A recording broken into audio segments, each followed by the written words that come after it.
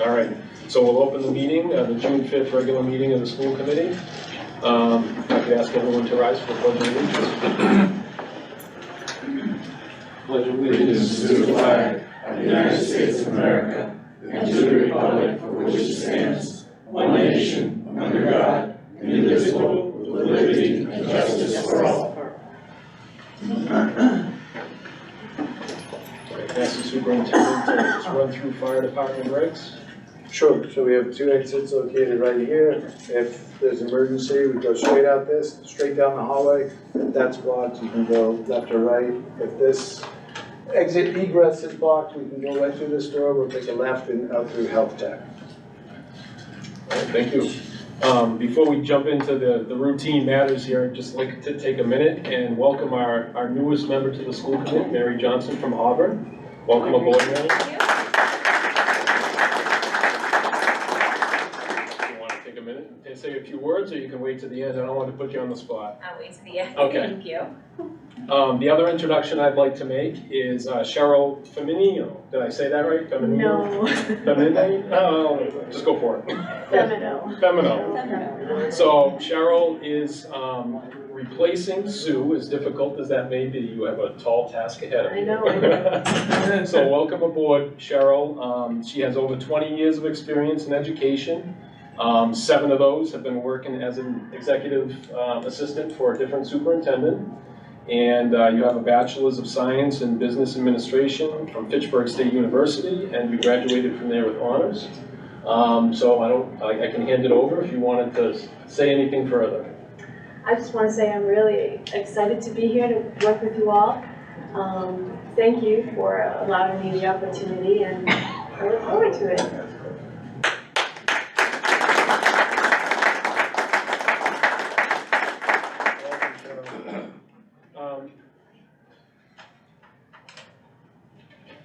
The other thing, I'm going to walk something on here. I'm going to ask the superintendent. We have a couple recognitions that we'd like to provide tonight, and if I can ask the superintendent. Sure, through the chair, I'd like to call up Mr. Donald Erickson.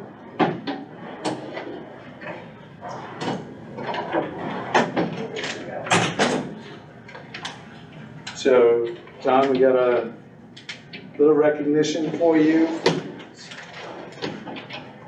Thank you, this was your one, but this little recognition, a token of our appreciation for all the years of service. I believe 31 years of service as a teacher and 17 years as school committee.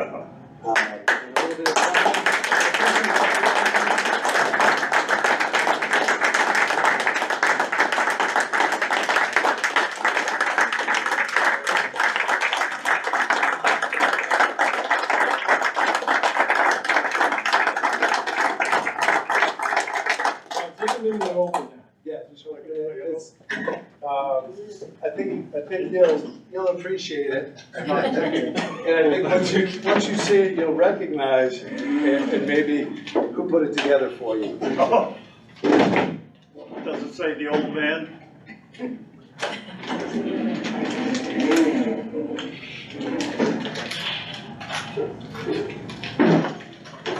I hate to mess this up, Sue takes so many pains to put together.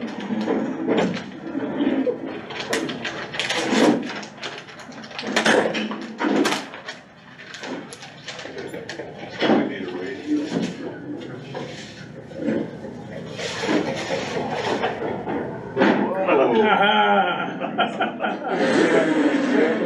radio. Yeah.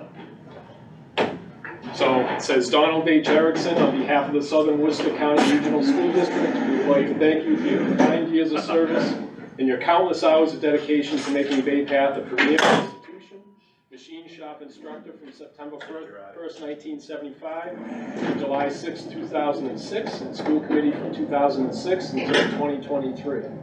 And my understanding is that there's a little history behind the tool here. This is an actual tool that was in the shop that was probably utilized from your days as an instructor in that shop. So, Thank you. Thank you very much.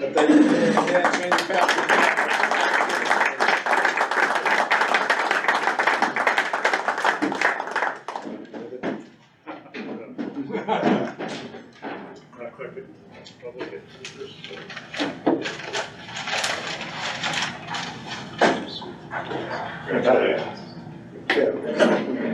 Let me see, I'll just go this way. I can't get Mr. I Cloutier. can't get that.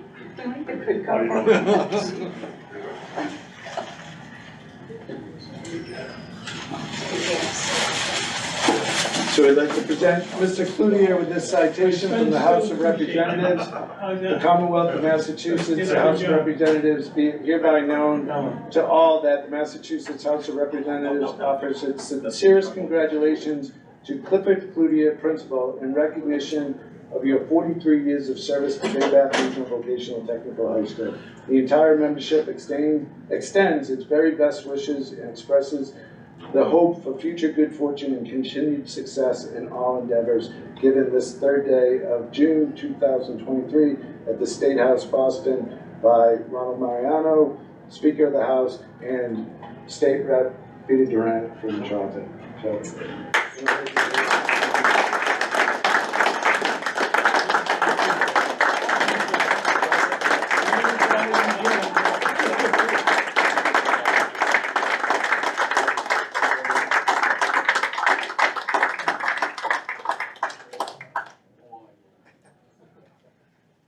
Last but not least, call up Sue Foskett. So Sue again presents you with this citation. Commonwealth of Massachusetts House of Representatives be hereby known to all that Massachusetts House of Representatives offers its sincerest congratulations to Sue Foskett in recognition of your 31 years of service to Bay Path Regional Vocational Technical School District. The entire membership extends its very best wishes and expresses the hope for future good fortune and continued success in all endeavors during this third day of June 2023 at the State House, Boston, Massachusetts, by Ronald Mariano, Speaker of the House, and Rep. Peter Durant, State Representative for Charlton. And it's a nice smile. Yes.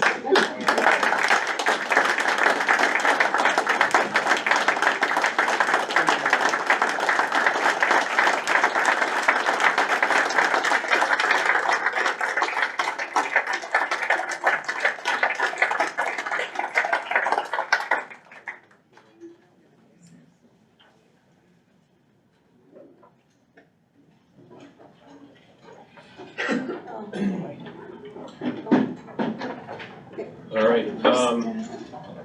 First item we have up tonight is approval of minutes. The first set of minutes we have is the public hearing, school choice, from May 1st, 2023.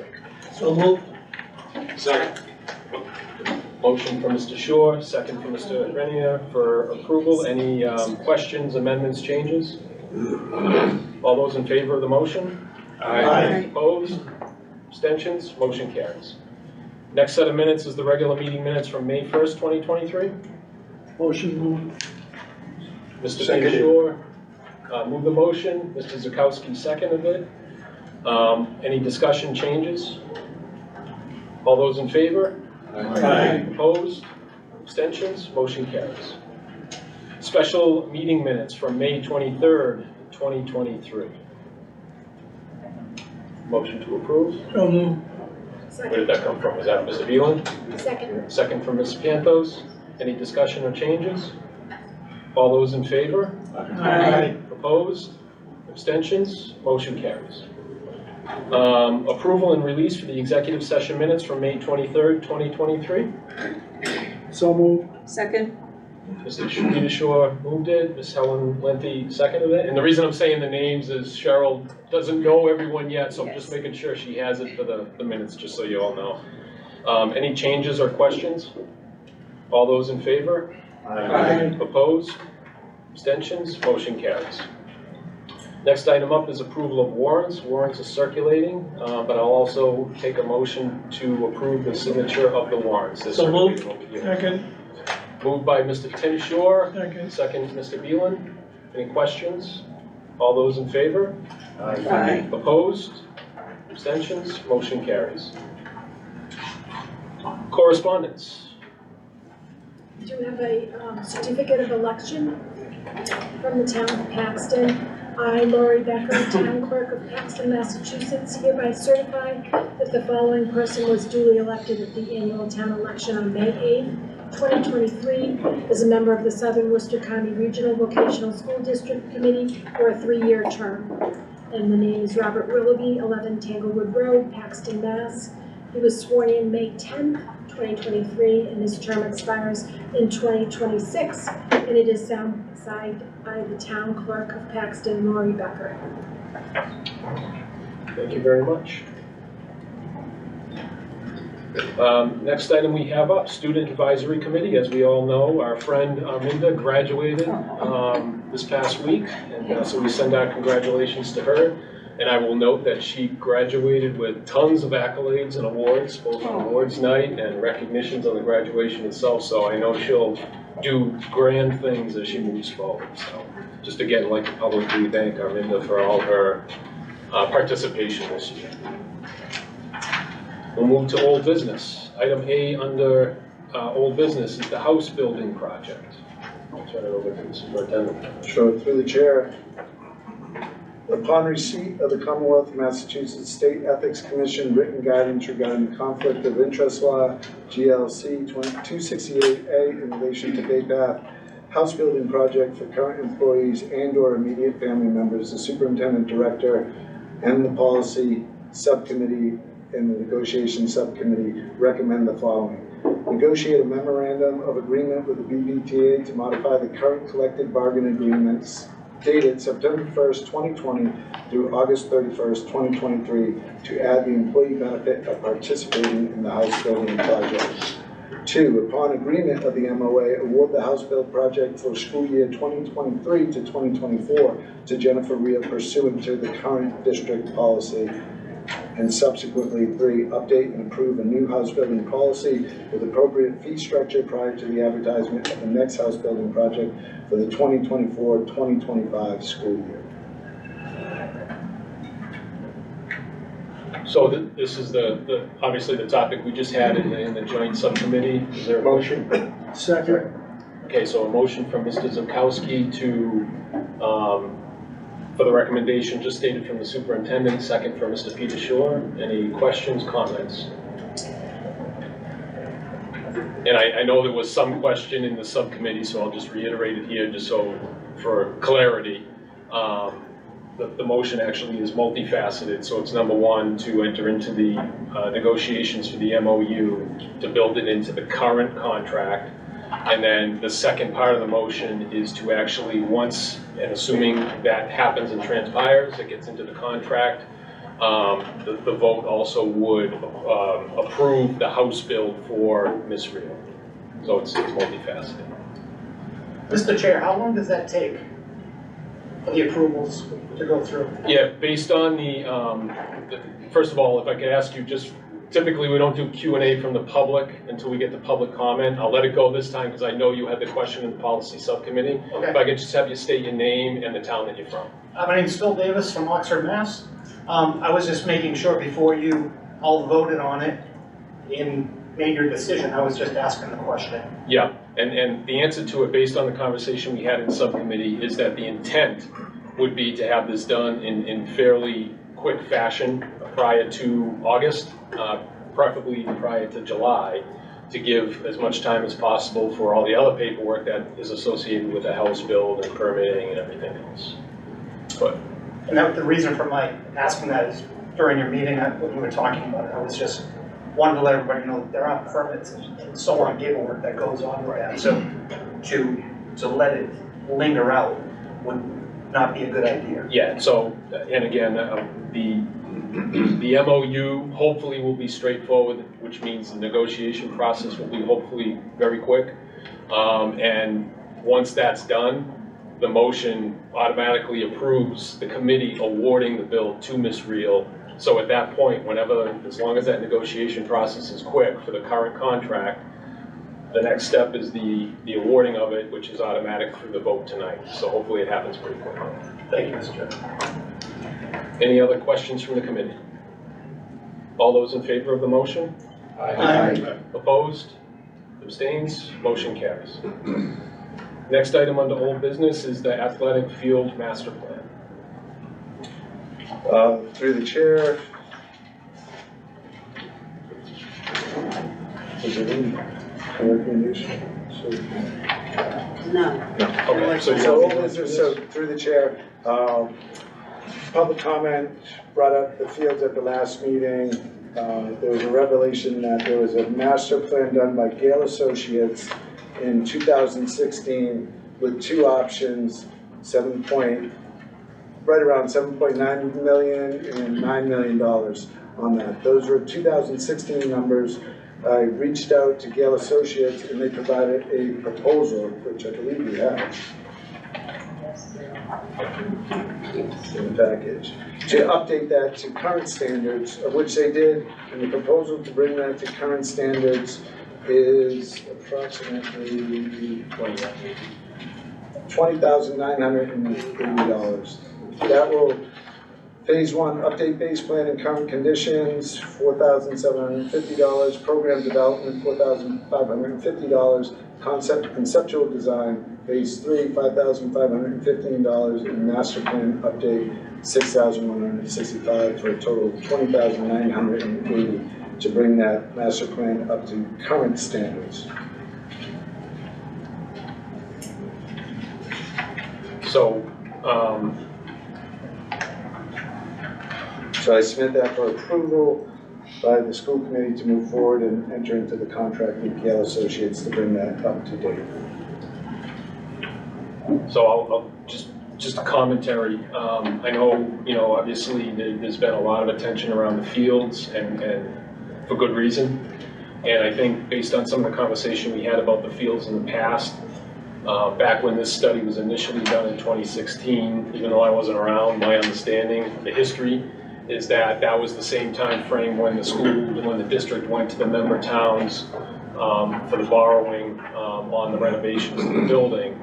And because the field work within this study wasn't reimbursable to any extent, the decision of the committee at that time was to not request that the towns be asked for any additional money for the field work. So that's kind of why the study was tabled in 2016. But now that we're several years removed from 2016, and obviously it's still a need for the fields, I think it's well worthwhile that we have this study updated, the costs associated with the recommendations updated, and in turn, our committee forward those recommendations, as well as our recommendation that comes from it, to the member towns, so that the member towns can get it on their radars from a capital improvement standpoint.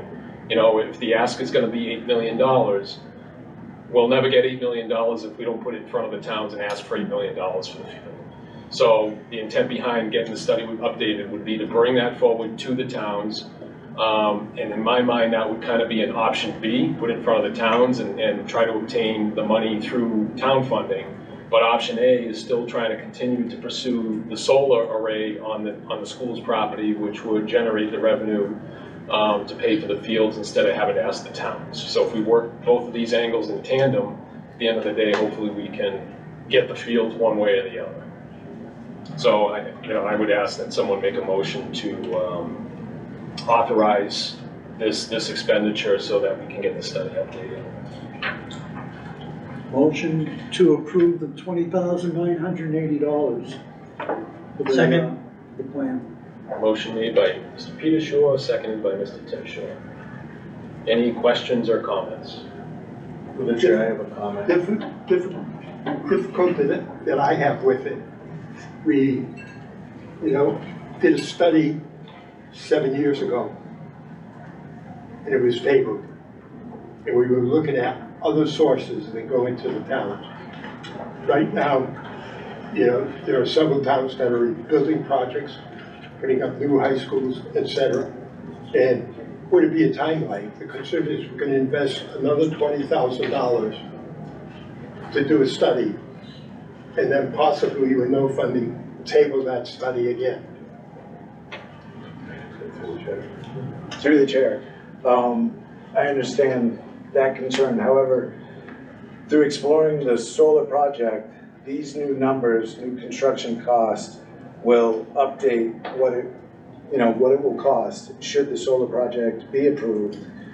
You know, if we're successful in obtaining a waiver or a bylaw approval through Charlton, this will give us current numbers on what a new synthetic field, game field will be, as well as what it will cost to construct a natural turf, multi-purpose field, which will reduce the daily usage of each one of our existing fields on that. So it will pay off in updated timelines for construction as well as costs for the new field, because, correct me if I'm wrong, Mr. Cloutier, the dollar amounts you based the original solar proposal were off the 2016 Gale Associates, correct? Yes. Right. So if we are successful, and we're looking with the attorneys and legislators as well to get them to assist us and moving the solar proposal forward, these dollar amounts will be useful for that. And going to the towns, we have, for the new members that weren't here in 2014, 2015, we had to go to the towns for approval for the construction and renovation, and we needed 100% of the towns. And if you remember, we did not get 100% of the towns on the first buy, and we only had eight of the 10 towns. So, and that was for repair of the school and the addition. Just a point of information. Any other question? Oh, Mr. Scobie and then Mr. Montville. Through the chair, no, I definitely would support, as you say, the tandem approach to this, because if one fails, at least we'll have something to fall back on. I totally agree that it's going to be a very difficult challenge. However, the sooner we get it out there, as you said, Mr. Becker, the better. And I would just throw on top of that, both for the addition renovation for Bay Path and for the Auburn Middle School, we formed committees very early on. So just to put that out there to the parents, to the families, to the sports programs, the sooner that they get a committee started, the sooner that they can share that message that we are trying everything. We're trying not to hit you so hard in the pocketbook. We're trying to do it through the solar project. We're trying to do it any way we can so that we don't have to ask for it, but we're desperate. We do need these fields. So I just wanted to throw it out there. The sooner these committees get formed, the better. Thank you. Mr. Montville? Thank you. Do you have any timetable, Mr. Brenner, as to when the town of Charlton is going to act on this? Because as we know, the construction costs go up every day. So if it's not going to be for another year, is it really worth spending the $20,000 now if it's going to be another year, because the prices are going to go up again there? And I do support the athletic fields. I don't want to say I don't support them, but I'm also looking for costs to keep going up. I know we've talked about Charlton getting approval for the solar farm, but it hasn't happened yet. And I know you've worked with them, and Mr. Cloutier have, but do you have a timetable as to when they're going to act on it at a town meeting or whatever? So definitively, through the chair, definitively, no, not a timetable that will say we'll have a decision, yay or nay. The next town meeting is November. So our hope is to get it on the November town meeting for an approval. So I reached out to Senator Fatman, and I'm putting together all the documented history for him to see if there's any legislative moves that they can do. Solar projects are changing yearly, like there's battery storage now and all that. So our hope is to have everything together for the November town meeting for an approval there. So as early as November, we'll know whether or not it makes it, it gets voted through or voted down on that. Then we'll know, all right, where do we stand after that, and regroup and come out with another proposal on that. But hopefully, if we get, like Mr. Scobie said, committees and we get legislative support for it, I don't believe there's a flavor for additional solar fields right now in the town of Charlton. So it is an uphill battle, but it's either get ahead of it or get behind it right now. So I'm not saying, I absolutely believe it's worth the try to get it on town meeting and get the support behind us to approve it. It's a benefit. We all know through you know, all the recent town meetings and the overrides and how they're getting shot down, there isn't an appetite to fund athletic fields when they're not funding school buildings and school educational programs. However, the solar is a win-win for everybody because brand new athletic fields at no cost, because the revenue generated from that will pay for it. So there would be a, you know, added lift for all 10 towns on it.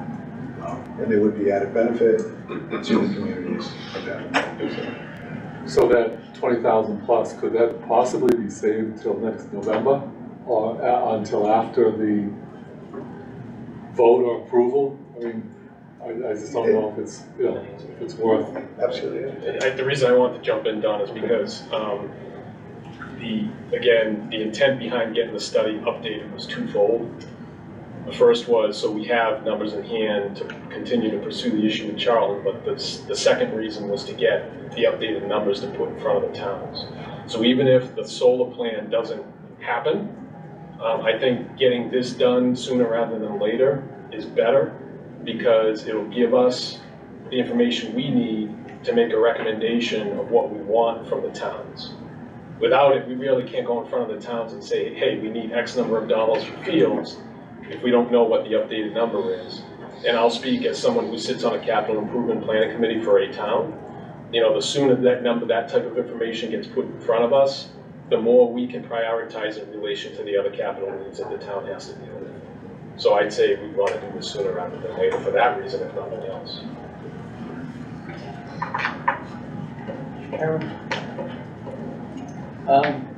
Through the chair, I understand what the approach is about, you know, the dual prong type of thing, but coming from the smallest town in the Bay Path district, I can pretty much assure you that North Brookfield can't support any additional funds to support the fields when we can't even balance our budget this year with an $800,000 deficit. So,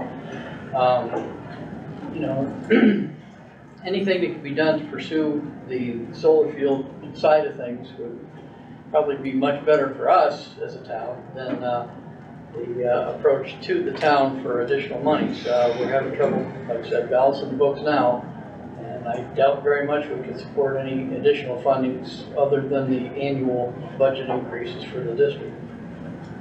Just getting it out there. Reality check, right? Yep. Hey, Mr. Beal. Having been involved in the last solar farm in the field project down there, the solar was going to cover all of the costs of that athletic field and the clubhouse and so forth, bathroom facilities, everything. And it got shot down by one town, Charlton. Without Charlton, we don't put any solar farm in Charlton. So no matter what any of the other towns are faced with financially, every town is faced financially right now, especially with the COVID, the way all that hit and everything else. So it's not an uphill battle, it's almost a defeated battle, unless we addressed Charlton and had Charlton agree that the solar farm could be put down on that property. Then all of the funds would take care of the project, and none of the towns would have to have capitalization of funds additional to what they can't afford even now. So holding off, as Don said, for this $20,000, it's not a big number, but it's still $20,000, to get Charlton addressed to agree with that solar farm. I'd say that that would be, in my opinion, the best approach. Thank you.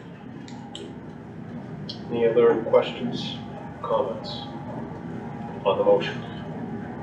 Just a thought, just bouncing off what Al just mentioned and Donnie was referring to. Would it behoove us to do the study, spend the 20 now, okay, so that if Charlton did go along with it, we'd be able to jump on it right away, as opposed to, because the study's going to take some time, so that if we wait for the Charlton approval and then get together and you know, approve it or disapprove the 20,000, that we have lost 6, 7 months between now and then. That's my only thought. I don't disagree with you. I like what you're saying, but I'm just trying to think out of the box here real quick. Well, That's my only thought. can I answer that?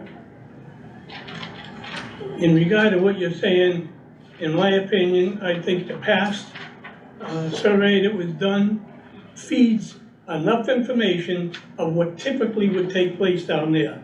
So superintendent or the school presenting the town of Charlton meeting with an explanation of what the procedure would go forward with, knowing that it would be no additional cost to any of the towns because the whole solar project would pay for the whole thing.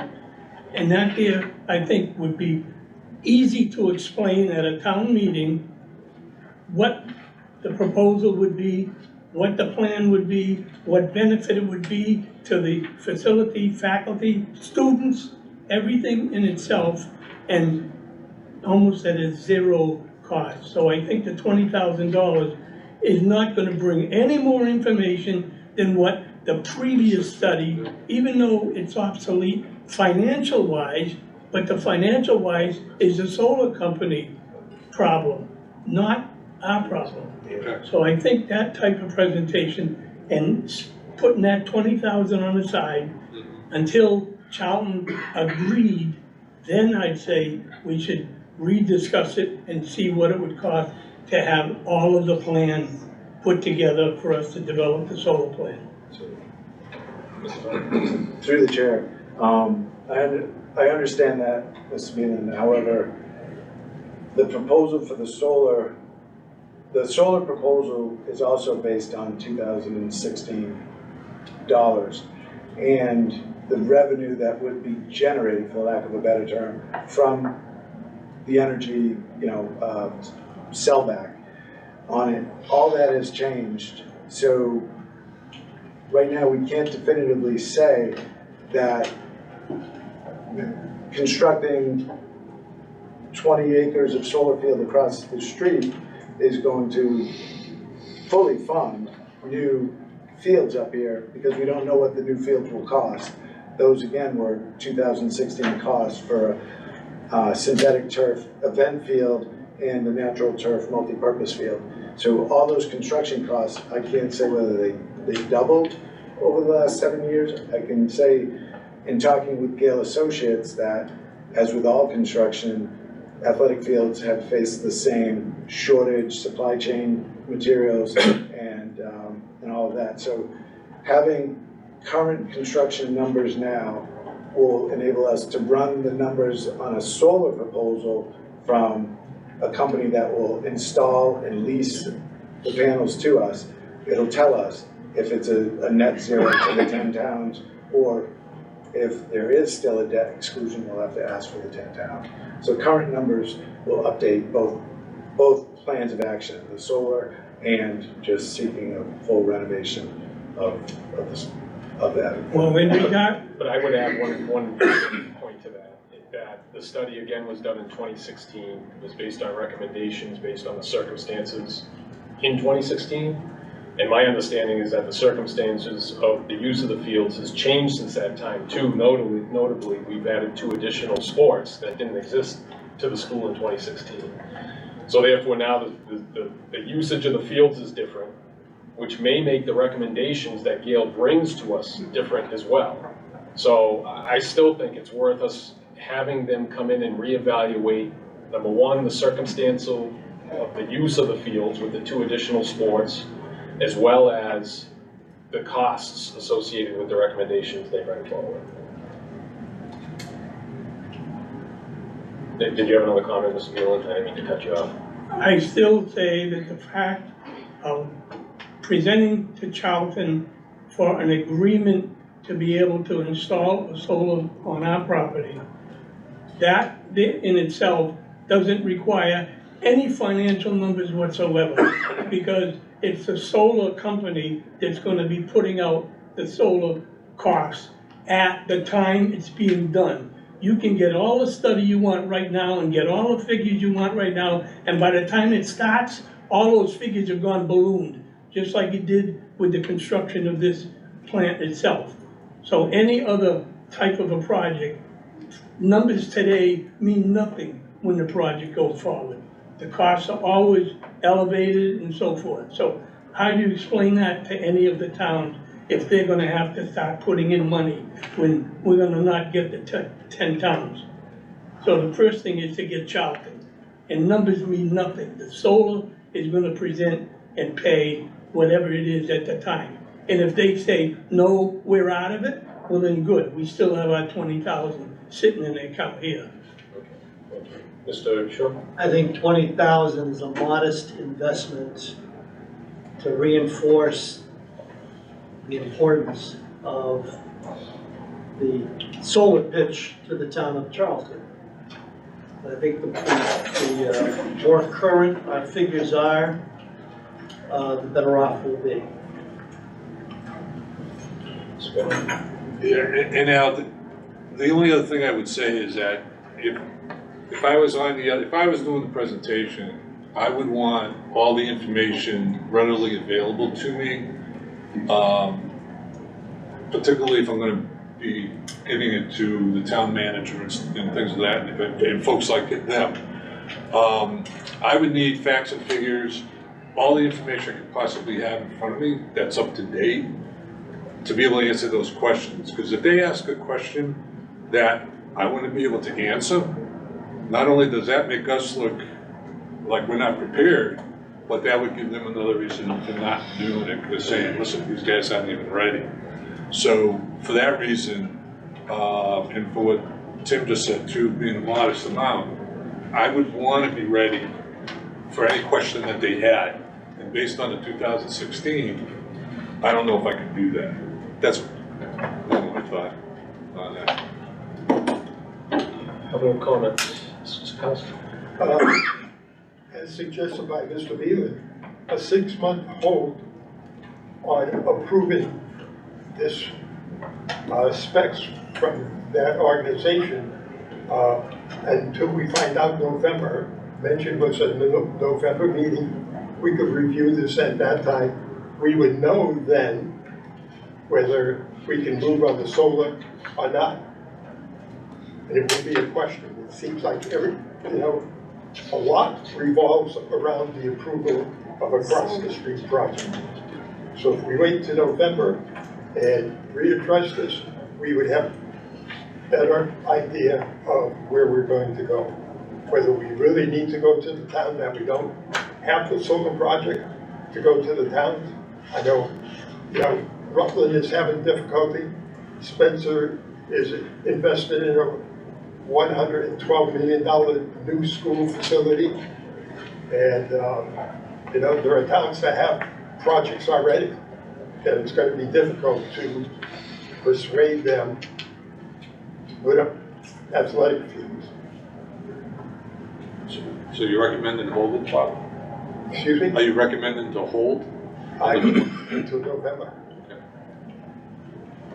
Could, are we allowed to go to, like, for example, the Charlton Recreation Committee, and as a courtesy, ask if there's a little something that they're lacking in Charlton, and add it? So we might have a $7,030,000 field to wet the whistle, so to speak, of Charlton, so that they see it could be good for their townspeople to have the facility within their town. Like, I know we don't want to put swings or something like that, but I don't know if they have a Pop Warner team. These are things I don't know, but perhaps if this could be some lot of modest changes to whatever's being planned, it might encourage people from Charlton to actually come out and show support for us, instead of it looking like they're gifting us, purely gifting us. It'd be something that, if it was shared with the community, they may be a little more excited, some people, about our having the project proceed. Just a thought while we're discussing it. Madam Chair. I'm sorry. I'm finished. That sounds like a great idea in theory. Unfortunately, For one, I think it's gonna be a break-even situation. I think what Charlton is looking at is whether or not they want to allow these solar fields. It's not gonna cost them anything except the permission that they granted to put the solar fields in. Secondly, we've had issues before where the town doesn't want to use our field. So if we make any kind of agreement or promise, it's always our students that come first. And then that could end up looking bad for us when we say, sorry, you can't have it on this date, sorry, you can't have it on that date. And as we know from this discussion, those fields are being used day in and day out. So I don't know how much we'd be able to promise that. And then as far as playgrounds and things like that, then you've got the liability of allowing certain people onto those fields, onto those playgrounds without proper oversight, we'll say. And then that being said, I don't want to take resources away from kids. I don't want to take books out of the classrooms, wherever it might be, and $20,000 can buy a few books. However, I would agree that it is a modest cost, and that being said, I would ask that we move the question. All right, the question's been moved Second. and seconded. We need a vote to move the question. Yes. Yeah. Yes. Okay, all those in favor of moving the question? Aye. Opposed? Unanimous. And for this one, I'm gonna do a roll call vote, just because I think there might be some question. Mr. Beelan? Yes. Mr. Caldwell? No. Ms. Johnson? Yes. Mr. Gillette? No. Mr. Grenier? Yes. Ms. Lente? Yes. Mr. Montville? Yes. Ms. Pantos? Yes. Mr. Pawlowski? Yes. Mr. Reich? No. Mr. Petershaw? Yes. Mr. Timshaw? Yes. Mr. Scobie? Yes. Mr. Tremblay? Yes. Mr. Zukowski? No. And Mr. Becker is yes. Just plug it in. I think it carries, but it's.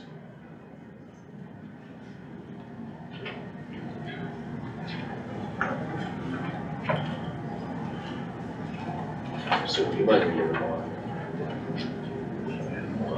Caldwell. Yeah, I'm sorry, Mr. Beelan is welcome. Mr. Beelan is yes.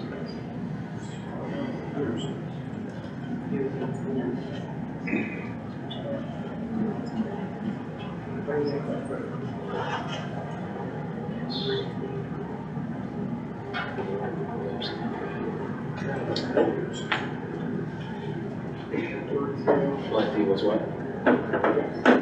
Montville was.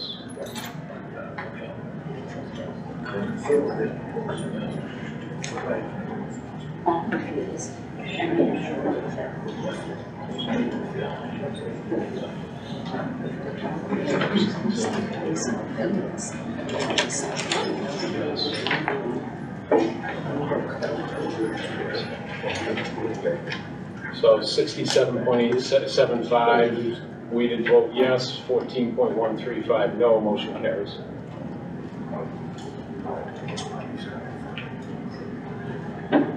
All right, citizens participation. Wow.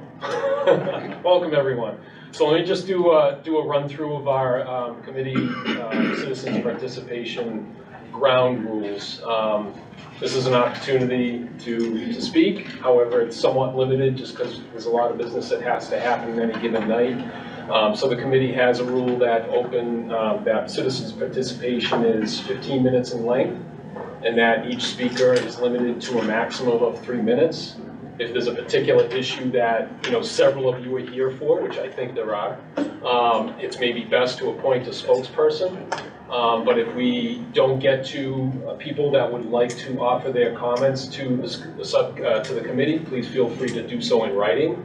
And typically, public comment session is just that. It's an opportunity for public comment. It's not really a session for debate or back and forth interaction. So we want to hear what you have to say. We welcome the comments. They may turn into a future agenda item depending on how the committee wants to move on them. But I just wanted to offer that up. And anyone who does speak, I know there's a sign-in list somewhere. And I would actually ask everyone to sign the sign-in list. And before you speak, and be recognized and speak, please state your name, the town you're from, or if you're a teacher, the fact that you're a teacher here at Bay Path. Mr. Granite? If I may, we have one citizen I don't mean to prioritize anything, but if we have a group and then we have a single citizen, can we listen to the single citizen first and then move to the? I would have no objection to that.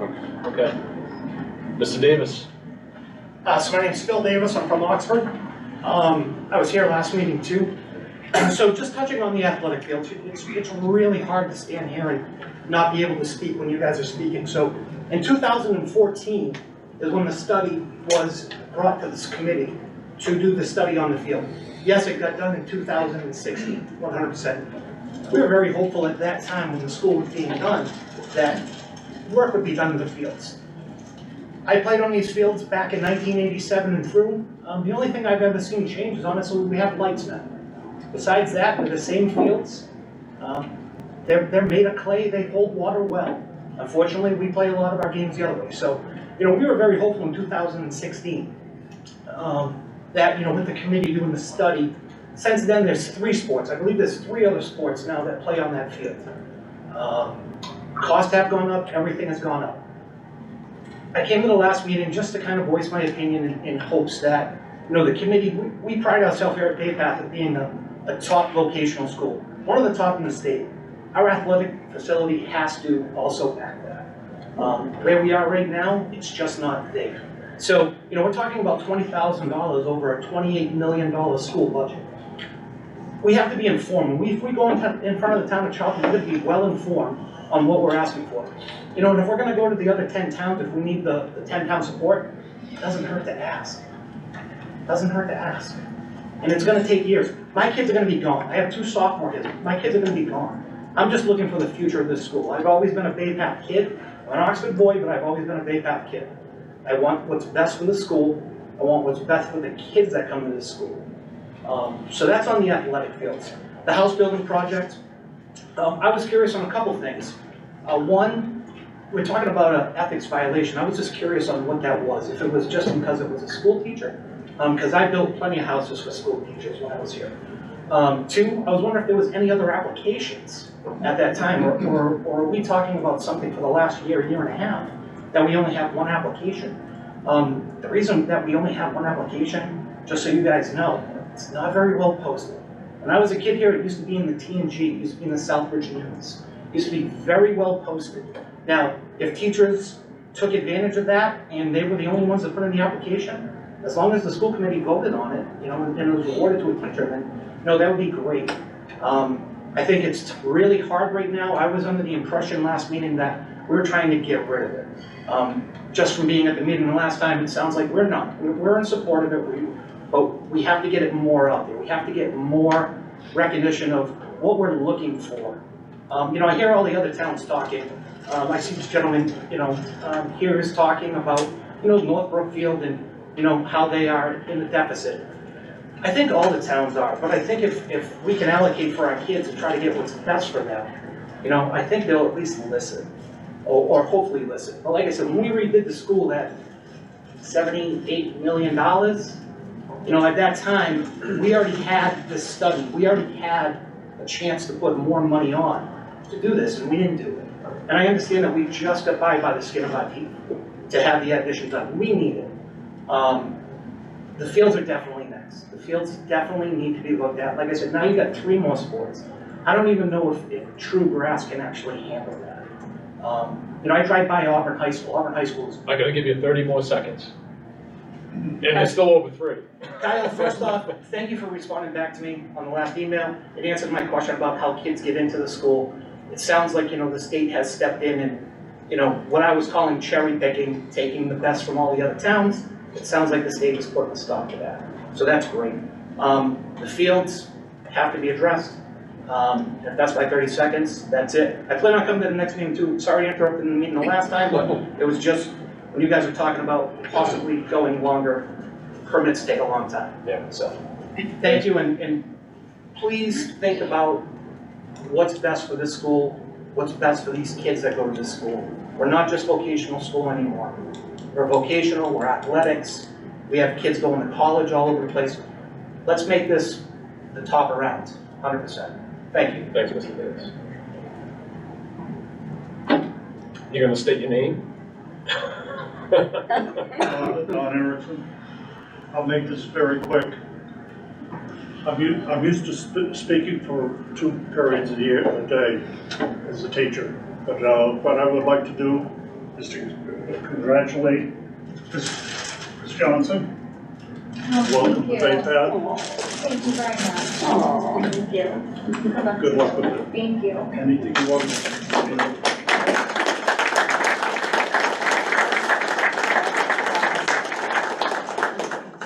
And the other thing is a young lady that I've been dealing with for many years,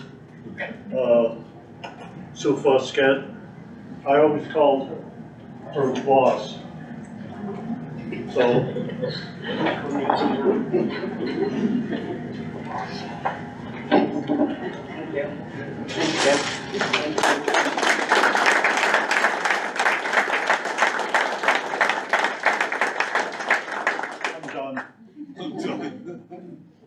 Under 3 minutes, great, Don. Under 3 minutes. I'd like to approach school committee if I may. Yes. Thank you. Good evening. Thank you for the opportunity to speak with you tonight. My name is Mark Christensen, and for the past 6 years, I have been the only full-time physics teacher here at Bay Path.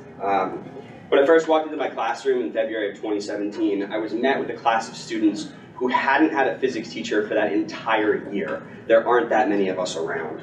I did my best to provide a quality education to those kids in that short amount of time. Since then, I've developed a very rigorous physics curriculum. My students have gone on to pursue mechanical engineering, electrical engineering at Worcester Polytechnic Institute, and astrophysics at UMass Amherst.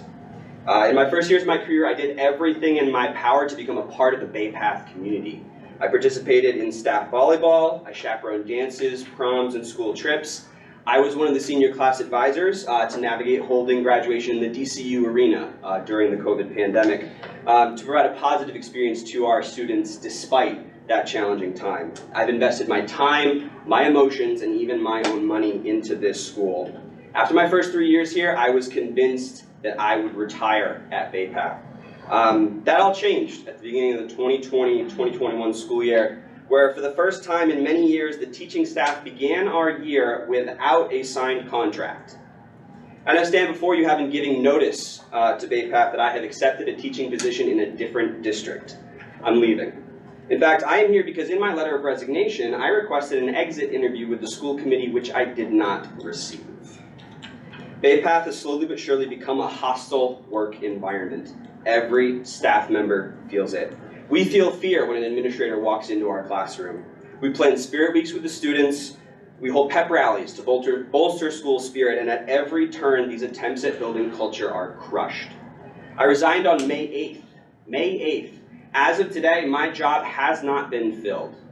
If my job is not filled, one of 2 things will happen. Either A, physics will be completely eliminated from the Bay Path curriculum, or B, my colleagues who do not have a physics certification will be forced to teach it.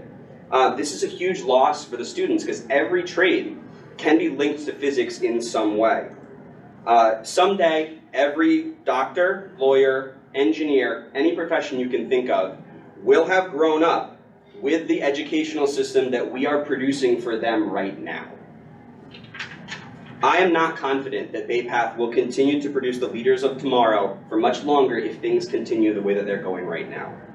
I am not an isolated case. Within the past 2 years already, we have lost great educators and administrators. In the coming years, I predict a massive skills drain from Bay Path if nothing changes. Remember that a good school is built on a foundation of good educators. We are the boots on the ground, shaping our students from kids into intelligent young adults, ready to face life's challenges. If nothing changes, good teachers will continue to leave. And the ones who will suffer are the students, who our efforts are supposed to be for. As a final note, I am the one speaking here because my coworkers fear retaliation from the administration if they speak out. I cannot sit idly by while their careers are jeopardized. All I ask is that the school committee and the community at large listen to us and support us, the teachers, in our efforts to make and keep Bay Path the exemplary school that I have seen that it can be, and I hope that it continues to be. Thank you for your time.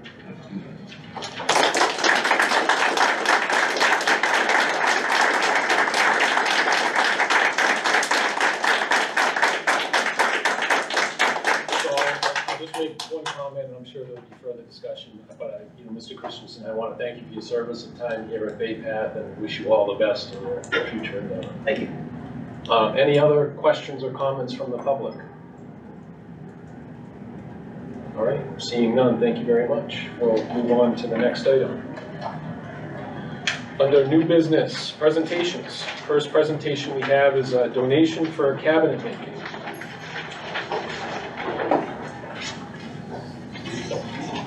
I'm here from Southbridge Italian Club.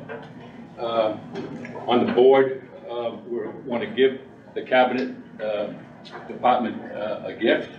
Helen Lenti is on the board, as well as myself, Paul DiGregorio.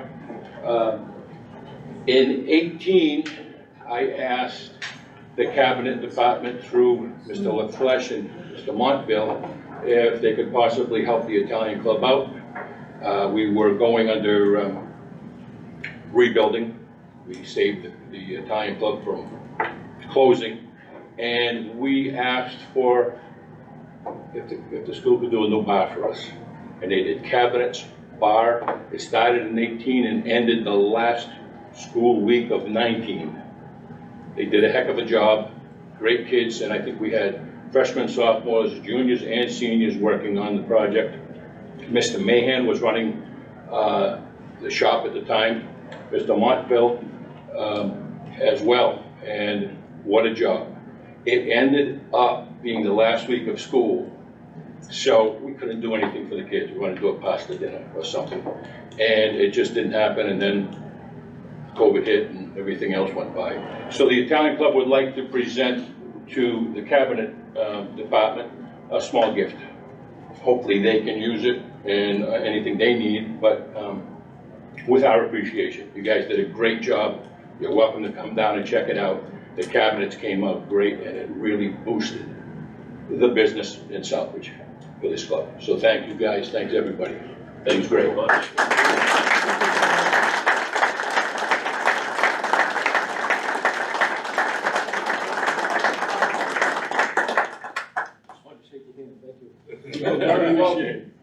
Thank you guys. You can stay if you wish. I just had my knee replaced. I know, he's doing great. Thanks. Okay, say hi to Andrew. The next item we have up is a robotics presentation. Mr. Ostagi, I think you have something prepared. I just kind of want to acknowledge the fact that I'm assuming the students we have in the room are from the robotics shop, and congratulations, I understand, is due to all of you for what, 3 bronze medals and a gold from the competition out in California, and I can't wait to hear more about it. Yeah, so back in January when we got approval from the school committee to go on the trip, I believe you as the chair asked, hey, when it's done and it's over, can you guys come back and have the students talk about what they did? So originally we were on the agenda for May. I was out of state and I got stuck in New York City traffic, so I couldn't make it, so we postponed it until tonight. So Mrs. Johnson had put together a little video, but before the video, I'm going to ask my unofficial number one captain here to give a little introduction, what they did and what they're going to be doing, which is even more impressive. So hi, my name is Libby Condre. I'm from Charlton. I just graduated this past Friday. And what basically we did is in April we went to California and we participated in Robo Games, which is an event where there are plenty of different sort of competitions, and we all, some of us here today, went and we competed, and we actually got 3 bronze medals and 1 gold for art. We got a bronze medal for line follower, bronze medal for hockey, and then we also got a bronze medal for firefighting, which basically you'll see in the video. I just recently graduated, so I'm actually going to WPI in the fall for robotic engineering with a collection of scholarships and grants. I have over $200,000 in scholarships. Thank you, everyone. Yeah, so I'm going for robotic engineering. I plan on going and trying to start some other sort of robotics with robotics. I want to start a hockey team there and kind of build upon that. And they also do some with combat there as well, so I want to maybe move forward with that. Sam, he's also a graduate. He's also a graduate, and he's doing his own thing. Yeah, I planned on working into construction right after high school. Today was my first day full time, and yeah, that's about it. Awesome. Congratulations to both of you. Another little camera shot. Okay, no worries.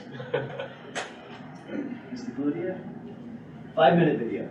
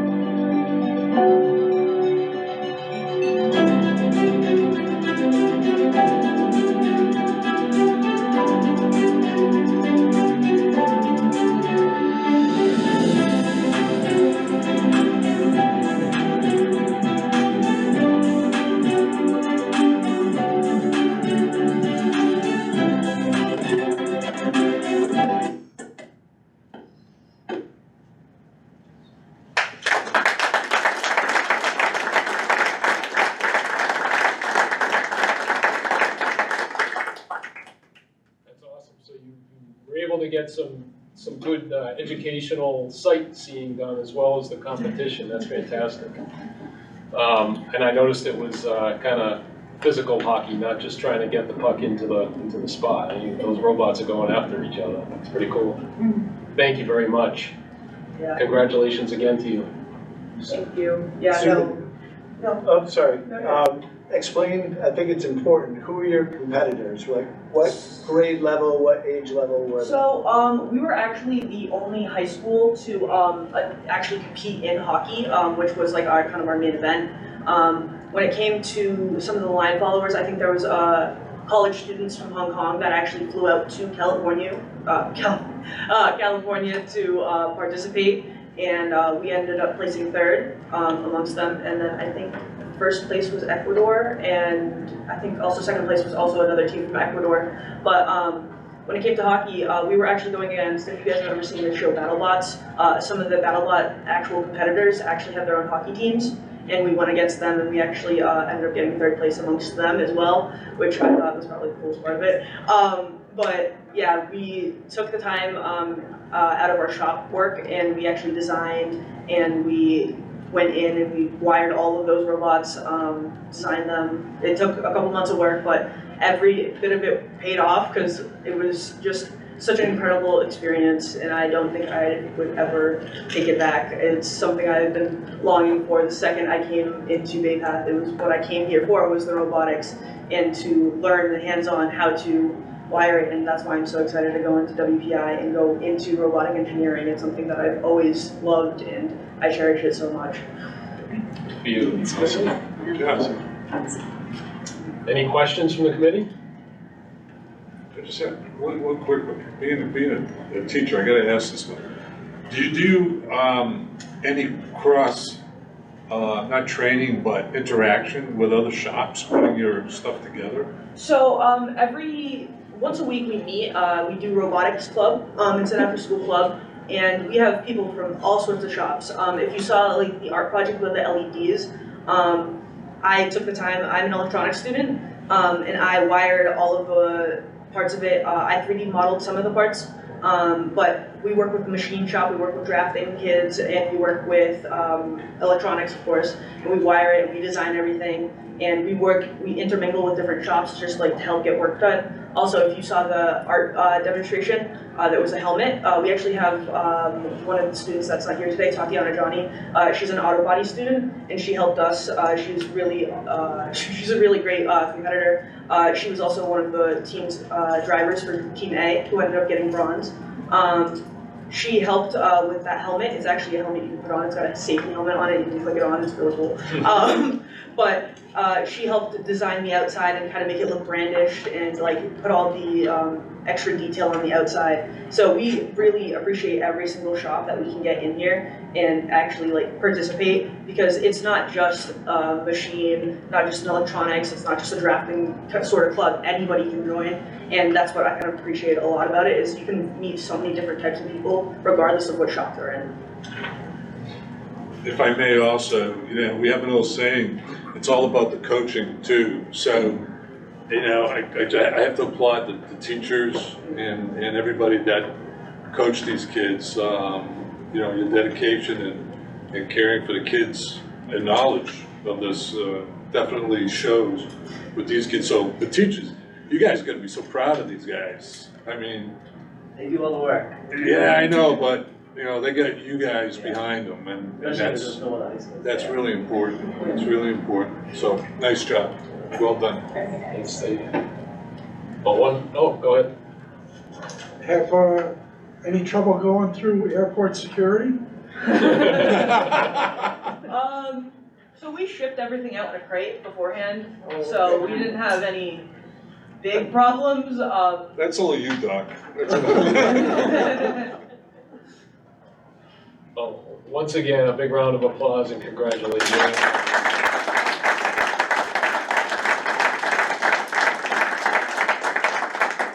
And good luck to you two who graduated. All right, thank you. All right, next item under new business, we have surplus equipment.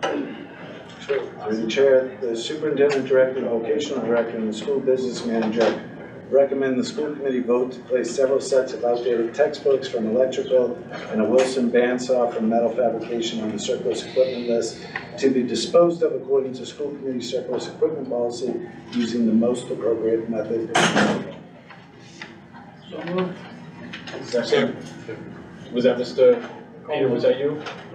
Oh, Mr. Caldwell, seconded by Mr. Scobie. For the recommendation on surplus equipment, any discussion or questions? All those in favor? Aye. Opposed? Abstains? Motion carries.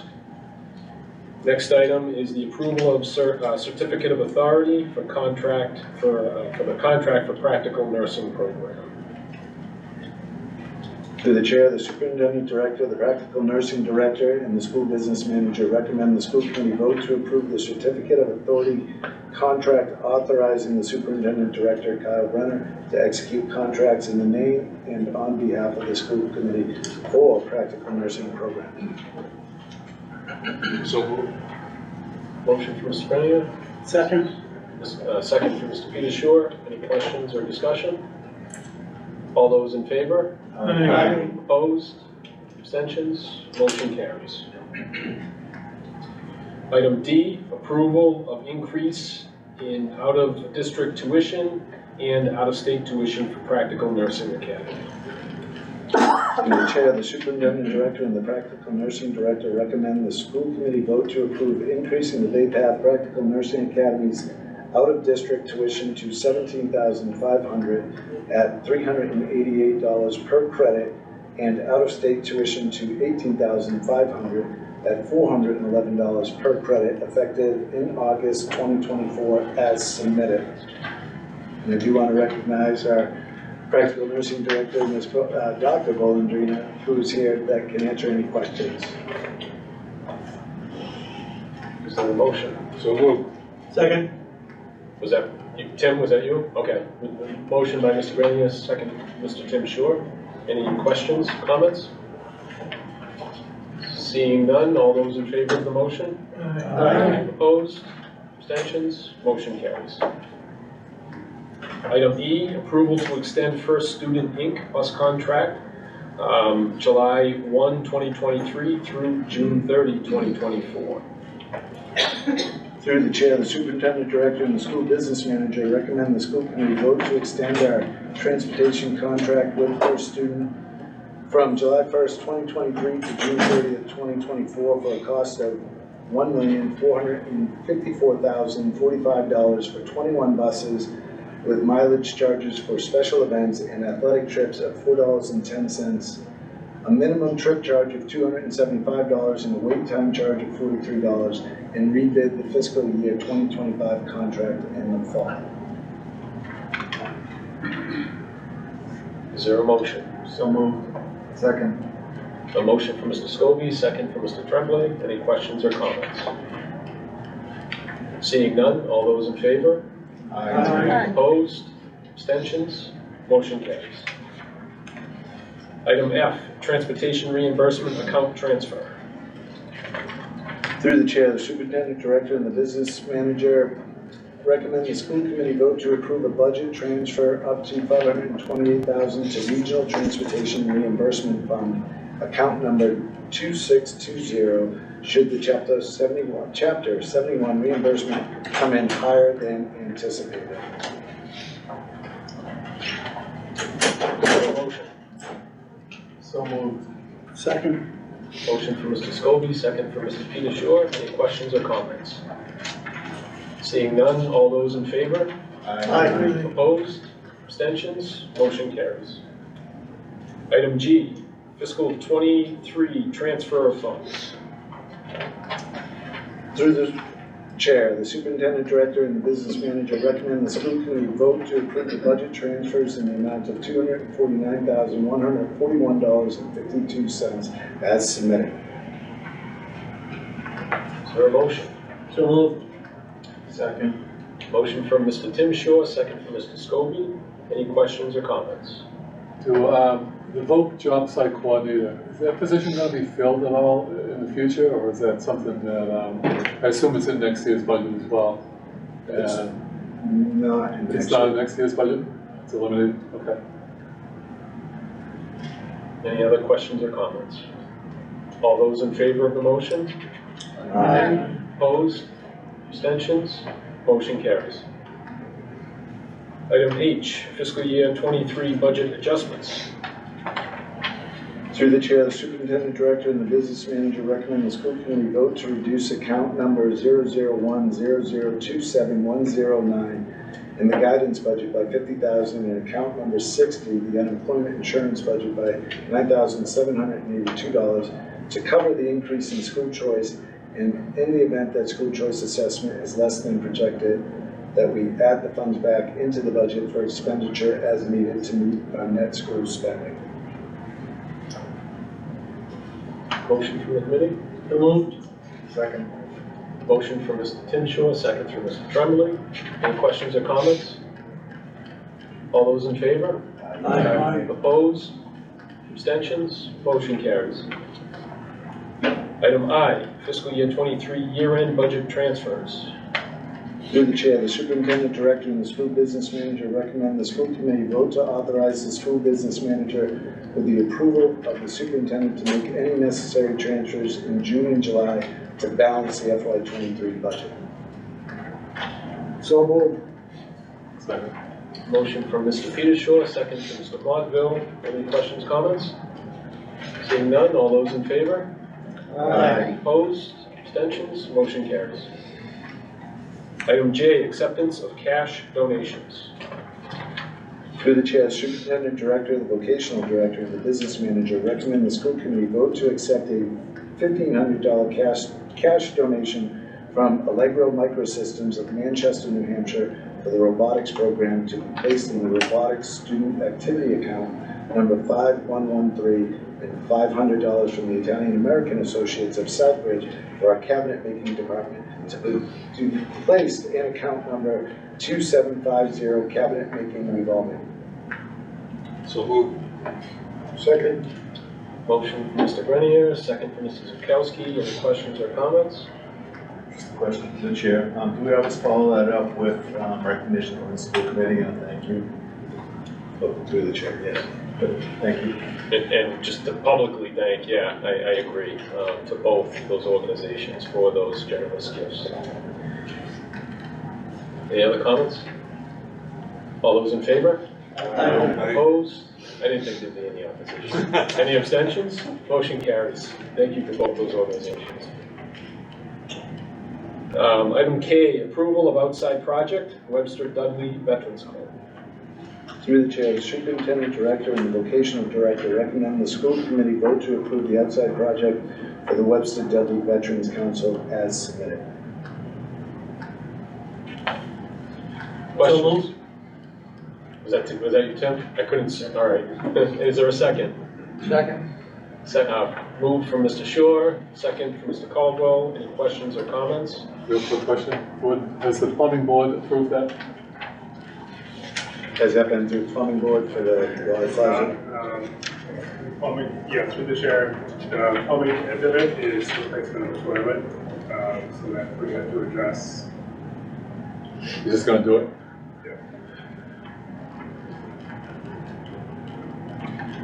Any other questions or comments?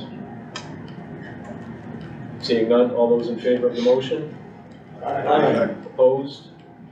Abstention? Opposed. Abstention. I'm a Okay, member of the council. okay, duly noted. Thank you, Mr. Wheelan. And we have one abstention, Mr. Martin. No opposed. I'm opposed, sorry. That's what I meant to say. Okay. Okay. Motion carries. Could I just note, if this double check, if we need any licenses or, anything with the town, we want to be sure to cover that. Approval, did that. Item L, 2022-2023 superintendent's evaluation.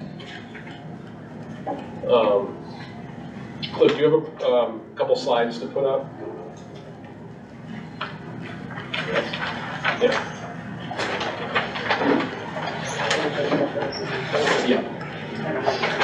So everyone should have what's up on the screen in your paperwork.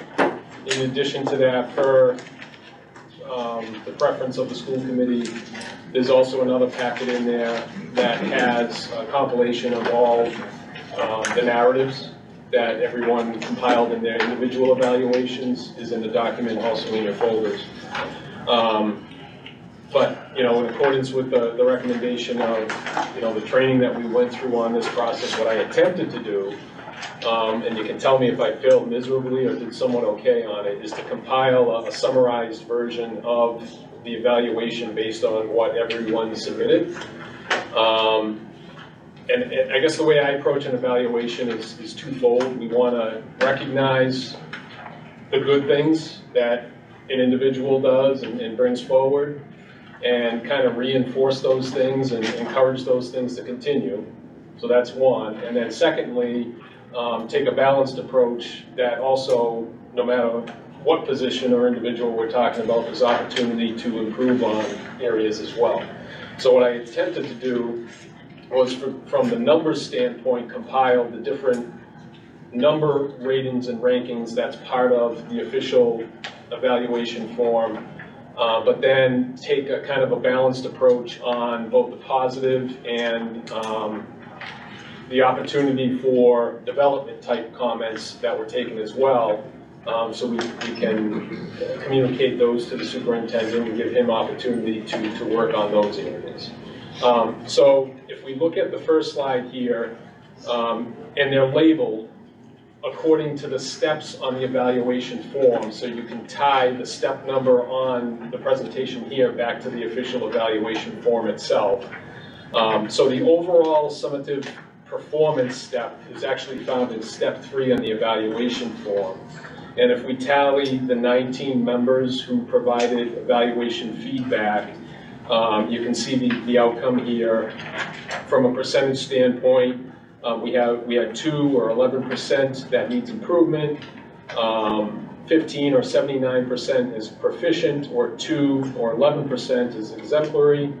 And what I tried to do also was identify the proficient, exemplary, kind of combine that in mind as meet or exceeding expectations, and that came in at 89%. If we jump down to the individual goals section of the evaluation form, we had, as a committee, we shared and talked through and agreed upon 4 different goals with the superintendent. 1 under instructional leadership, 1 under management and operations, 1 under family and community engagement, and 1 under professional culture. Under the first goal, we had 2 or 11% with some progress. No, did not meet. 3 or 16% with significant progress.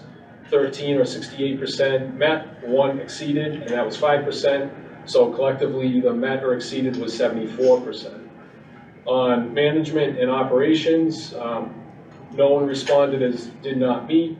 Under some progress, there were 2 at 11%, significant progress 1 at 5%, met at 14 or 74%, exceeded 2 or 11% for exceeded, and the met or exceeded in that category was 84%. Under goal 3, family and community engagement, there were no, did not meet. There were 2 some progress, which was 11%, 3 with significant progress at 16%, met was 13 responses at 68%, and 1 exceeded at 5%. So the met or exceeded in that category was 74% in total. Goal 4, professional culture, 0 it did not meet, 2 had some progress, and that's 11%. There were 4 significant progresses at 21%. 12 METs at 63%, and 1 exceeded at 5%, and that's a collective met or exceeded at 68%. I can go through all of the individuals if you desire, or we can just kind of refer to them back on the slide. If we look at everything kind of in total, it falls in that same range of between 75 and 89 or so percent is met or exceeded. With a few responses with some progress or significant progress made. If we jump down to step 4, it's the last block on slide 2 here. for the impact on student learning. That's the one it's a little bit of a different response, so I'll hit that one individually. There were 17 total responses on this, so even though 19 members participated, only 17 actually responded to this particular question. So there were 10 moderate responses at 53% and 7 high responses at 37%. Again, that was 17 members responding on that one. If we could jump to slide 3. So like I mentioned earlier, what I tried to do was pull out different comments made in the narrative section and capture kind of a balanced approach between developmental opportunities as well as reinforcement of positive feedback. The first slide hits on some comments that were made on reinforcement comments. So in other words, these are items that we want to encourage the superintendent to continue with because members identified this as positive feedback. We're not going to read through these because everyone's able to read through them on their own, but if I were to pull out kind of themes behind the comments, I would summarize the themes under the categories of professionalism, student successes, high standards, budget management, and communication. Again, all in terms of positive feedback comments captured through these comments that are shown up on the slide. So obviously those are things that we want to reinforce and ask the superintendent to continue in that manner. Under developmental opportunity comments on slide 4, again, won't read through them, but if I had to kind of summarize and categorize the main themes behind the opportunities for development, they would fall into 2 categories. One category would be the need for more evidence submitted pertaining to the goals.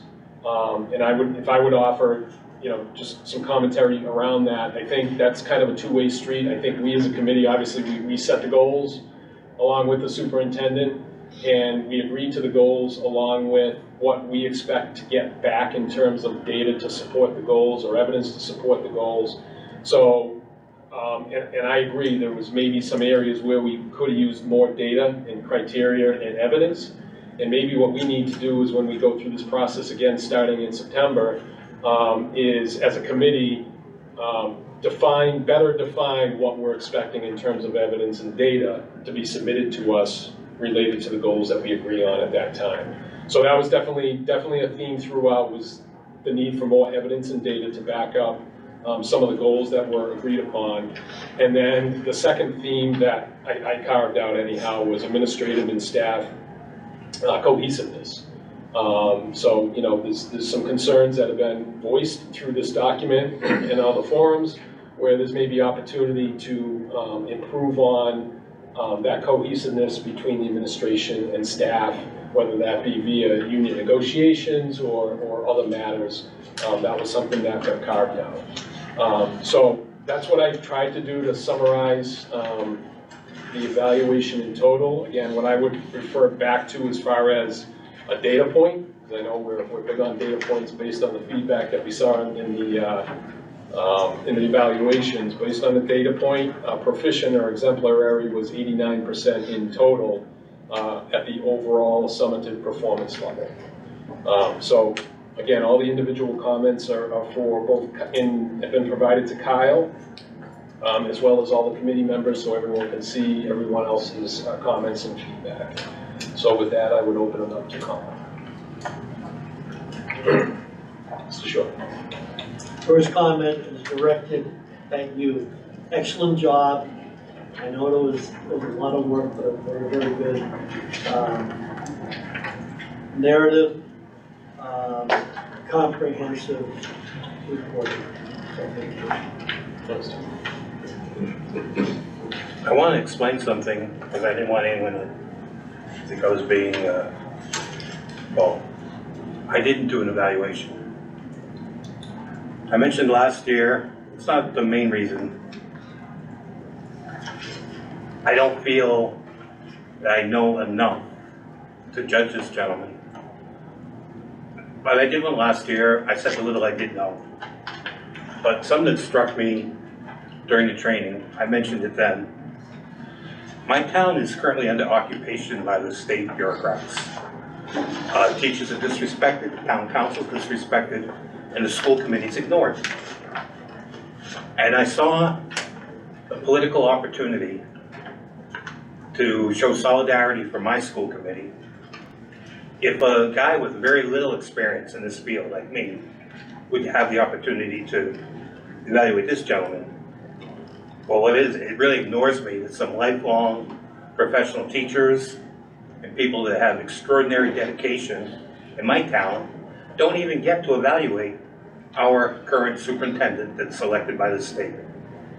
So I'm using the opportunity, the little opportunity I have, to explain to the state. I'm going to write a letter to whoever's in charge there and let them know that I like our superintendent. I would not have had a single complaint. I would have said some nice things, but it would have almost sounded like flourishes because I'm not in the daily operations of this school. I'm going to run for re-election next year, and by then I'm going to have a better feel for things. You pick things up by osmosis. Some of the people here have been on this board for decades. So I listen to them and I try to learn. But I feel the town of Southbridge, our school committee should at least be able to evaluate the fellow that is in the position of running our schools. So that's why I didn't participate in this, because I didn't think it was going to hurt the process. I knew the Kyle was at no risk of, needing my support. So I saw withdrawing participation as helping a greater good, and that's why I didn't fill it out. It wasn't laziness. It wasn't some way of showing a lack of support, and that's all I wanted to say about that. Thank you. Thanks, John. And I would just add one thing, just because it came to mind through one of the things that you said about what we were taught, I'll call it taught, at the training process that stuck out to me, because I had a similar struggle my first couple of years on this committee. And it struck me that the direction we were given through that training is that that's the reason we have the goals and the evidence. And that's really what our feedback should be based on, is the goals and the evidence. And if we as a committee need to do a better job to define the evidence we want to get back that evidence, then so be it.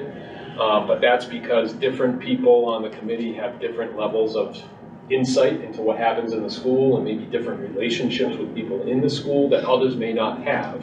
And so that's why the focus of the evaluation, through what we were taught anyhow, should be based on the goals that we set and the evidence that's provided about those goals to the committee, so that different levels of knowledge of what happens inside the building really doesn't come into play in that process, or shouldn't come in based on what we learned that day.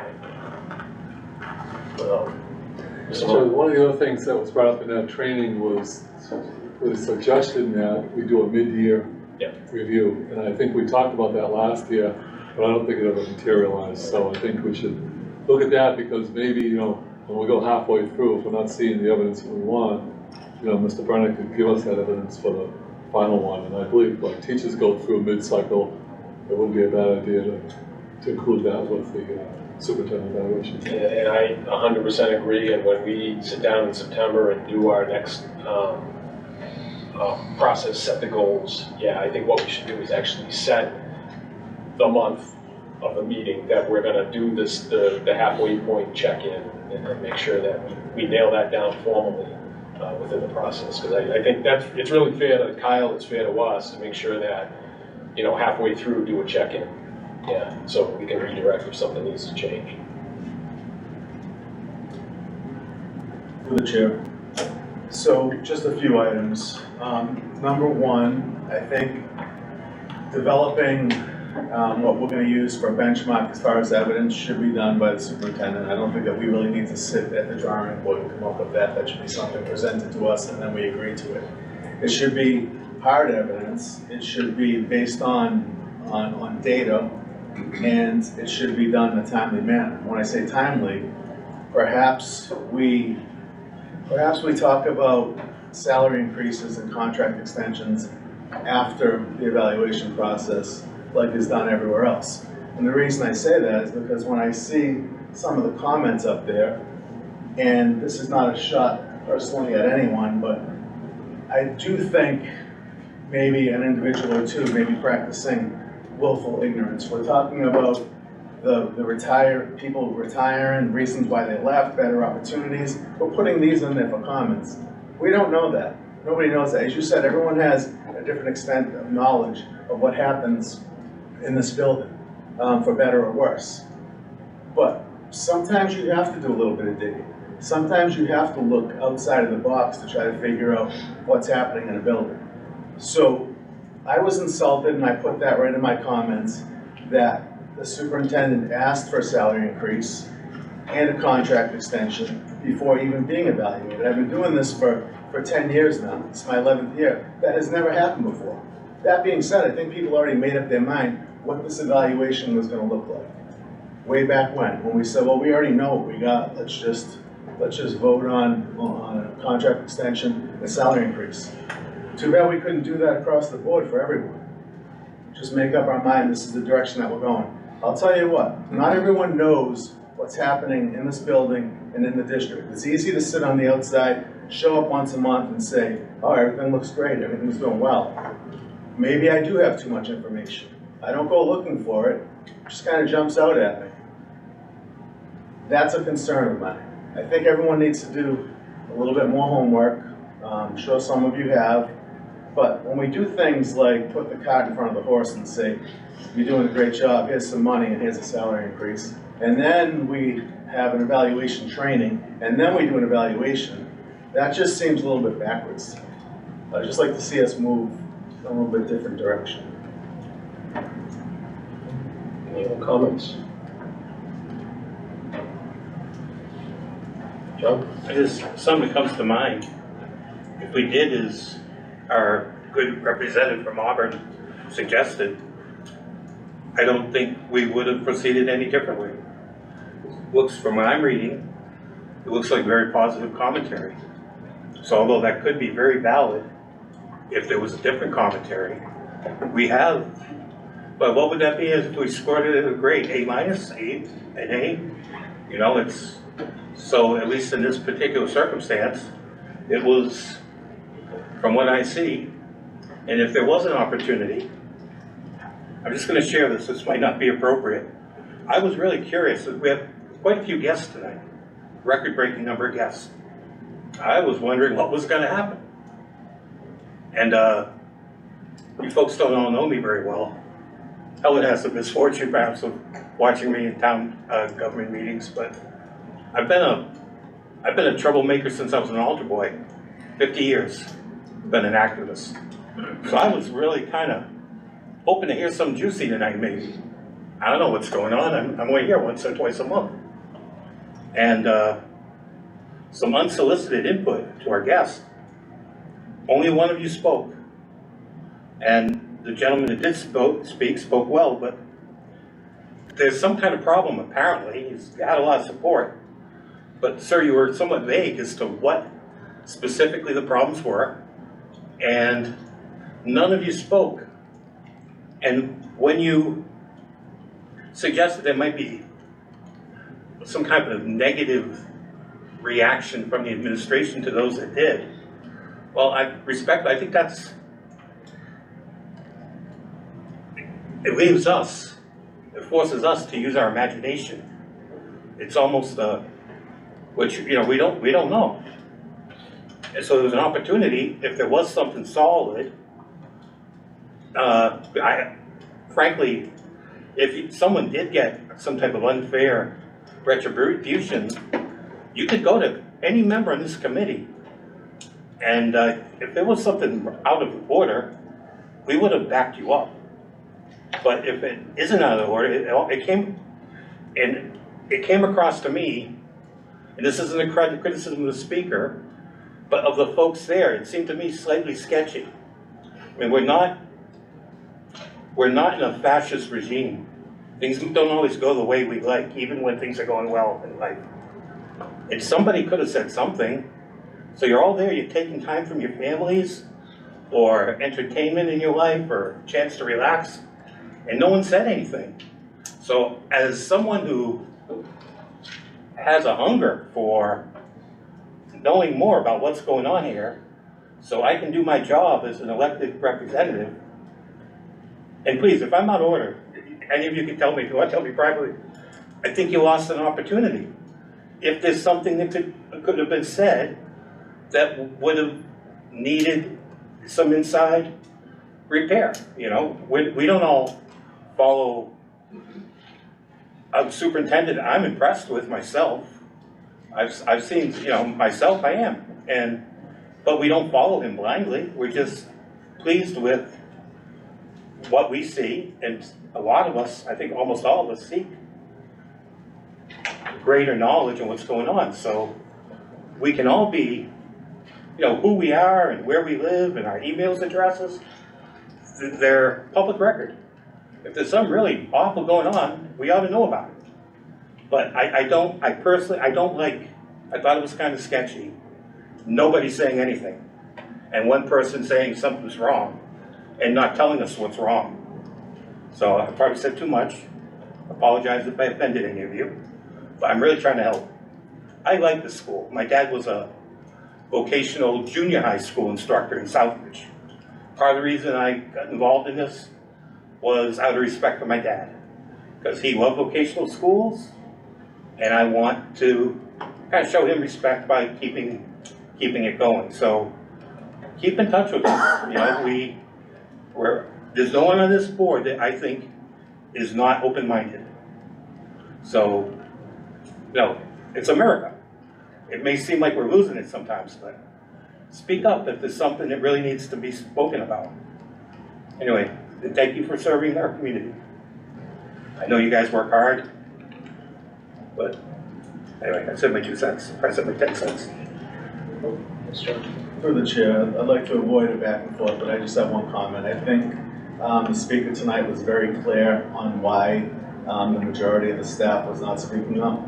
As you said, you don't think there'd be retribution, but you don't know that. I worked here for 1 year, and I came out the very month after I left this building with a letter, came here and spoke in front of the committee.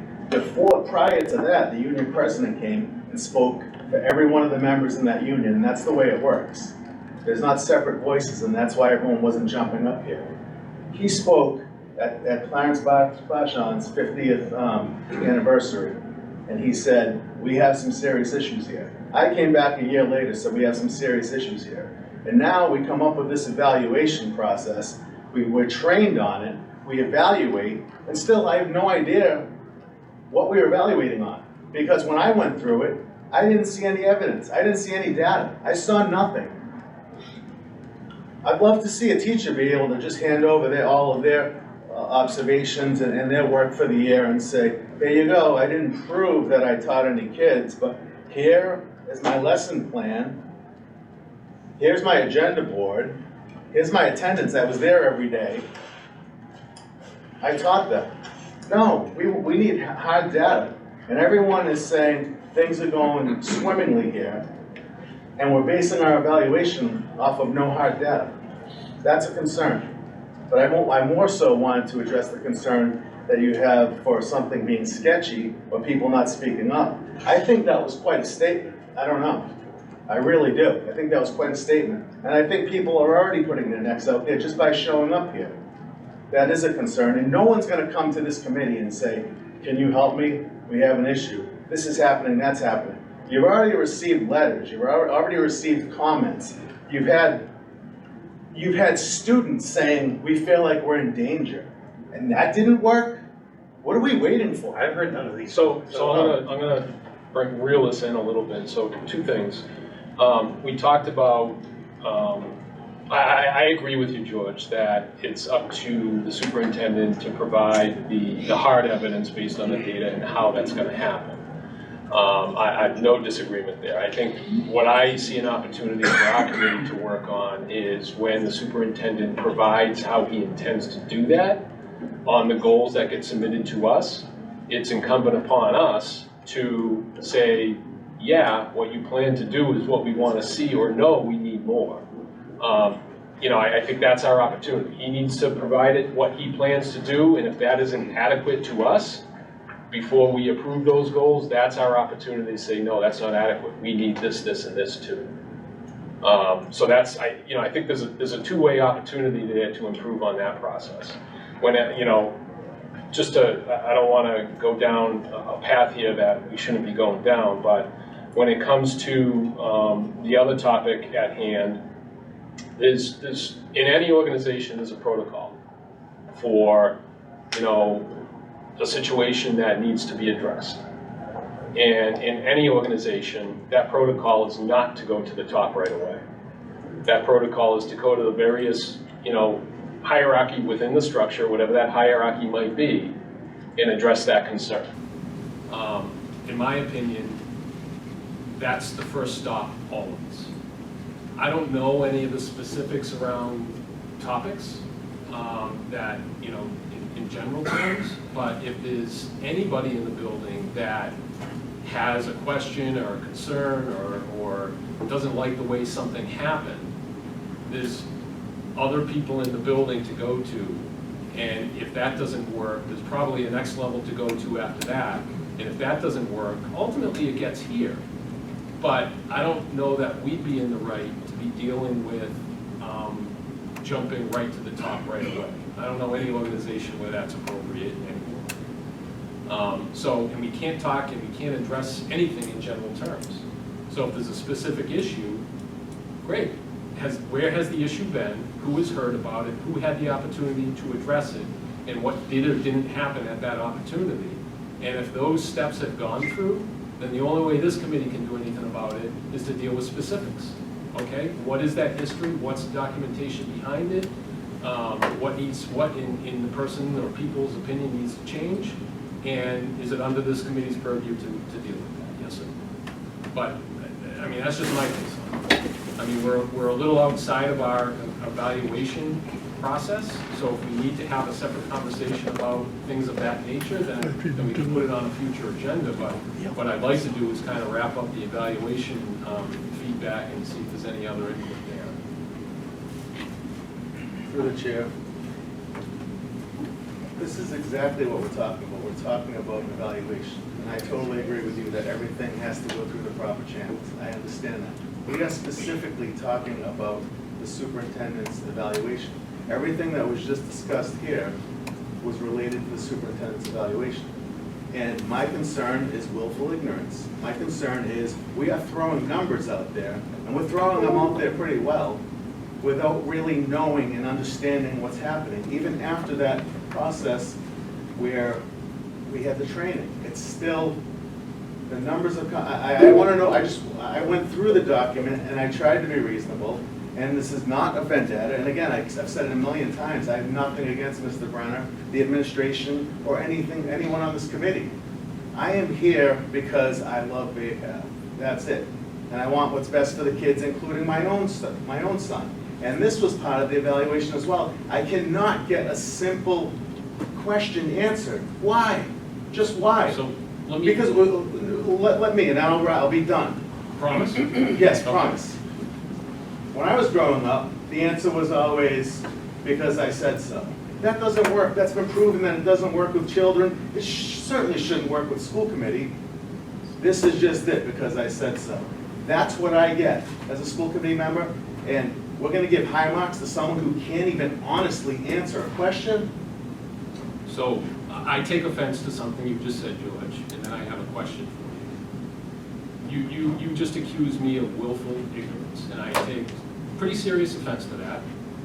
And the question I have for you is, have you ever reached out to the superintendent to ask or review or discuss in any greater detail any of the questions or concerns that you have relative to this evaluation or anything else? I have not reached out to the I have. Therefore, I don't feel I'm operating on willful ignorance.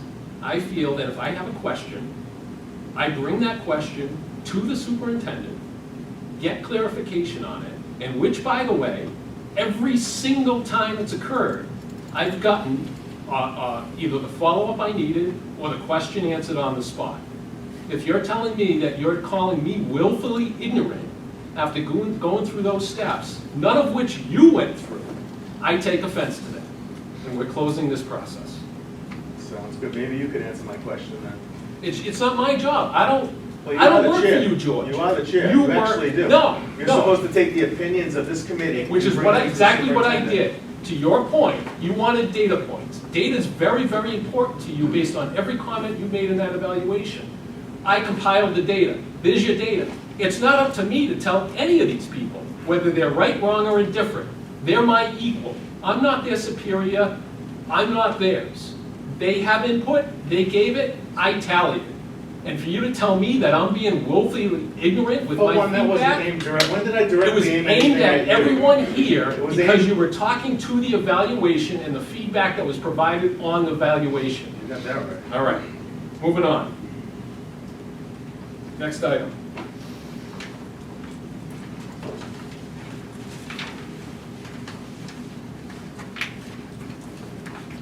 Section C, information and proposals. Report from the superintendent director.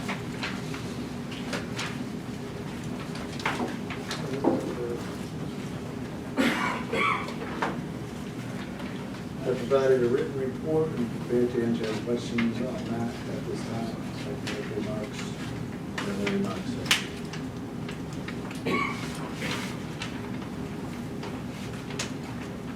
Item 2, subcommittee reports. Item A, audit subcommittee. Mr.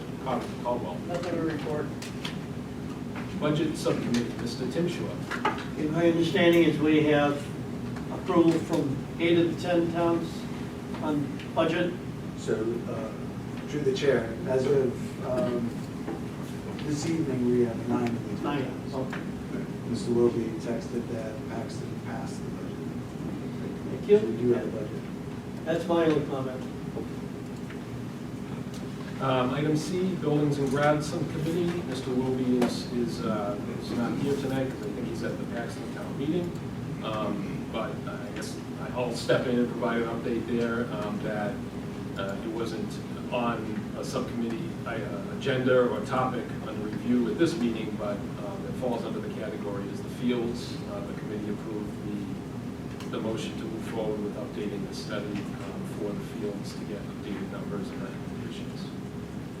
Negotiation subcommittee, Mr. Bennett. I'm going to be meeting with the superintendent to catch up. And Wednesday, we have a meeting with PTA this Wednesday. Thank you. Item E, policy subcommittee, Mr. Peter Shaw.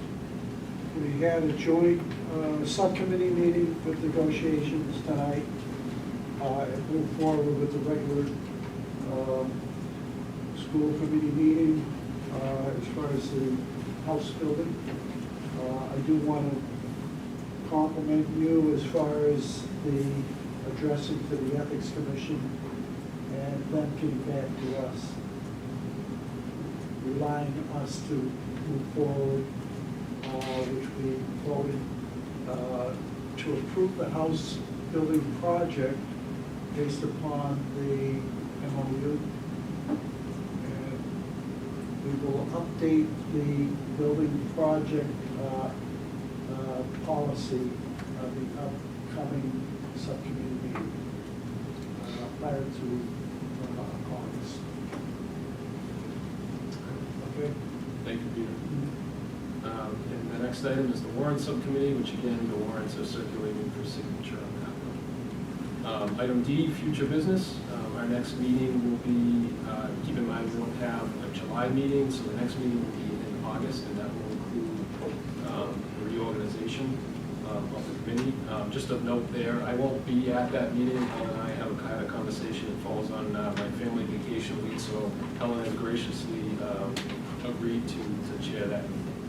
So thanks, Helen, for that. Again, that Let me note, I think her last meeting was 25 minutes. 19. Dave has beat me every time, so I've stopped trying to compete with Dave's record. Yeah. So again, that meeting will be at 7 o'clock on August 7th here. Topics for future agenda, as always, feel free to reach out or to Cheryl, Kyle, or myself. I almost said Sue. Item E, remarks from the superintendent director. Through the chair, first, again, I want to congratulate Cliff and Sue on their years of service and all the dedication they made out. Next, I want to welcome our new committee member, Mary Johnson from Auburn. Thank you. And I also want to welcome Cheryl to her first meeting, her first day will be tomorrow. All right. We had a great graduation. For those who were in attendance, who saw it firsthand, and those who weren't, sorry we missed it. And I want to thank our senior class advisors and all the support staff who put together a wonderful event. Junior prom is this Friday. Science MCAS is taking place tomorrow, Wednesday. I think I read Mr. Cloutier. I wasn't monitoring, but I saw athletic director, both our baseball and softball teams won the first round tonight. Yes, they did. So we're moving on in the state MIA finals on those. Boys will be playing tomorrow night. Tomorrow night? Home? Clock. Home? Home. Girls Wednesday. Excellent. I want to thank again Mr. Beelan for putting together a wonderful Memorial Day event where we honored our 8 students who are going to proudly serve the United States in one of the active branches of the military on that. So thank you for all that you do there.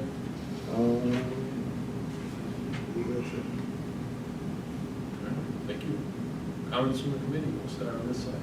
Dave? Picking on you tonight. That's okay. Yeah, I'd like to welcome Cheryl, Mayor, welcome aboard. And graduation was, yeah, I know what goes into that, and to make sure that the right student gets the right diploma and lining those kids up. The advisors did an awesome job. Cliff, Jimmy, Dan, the students did a super job.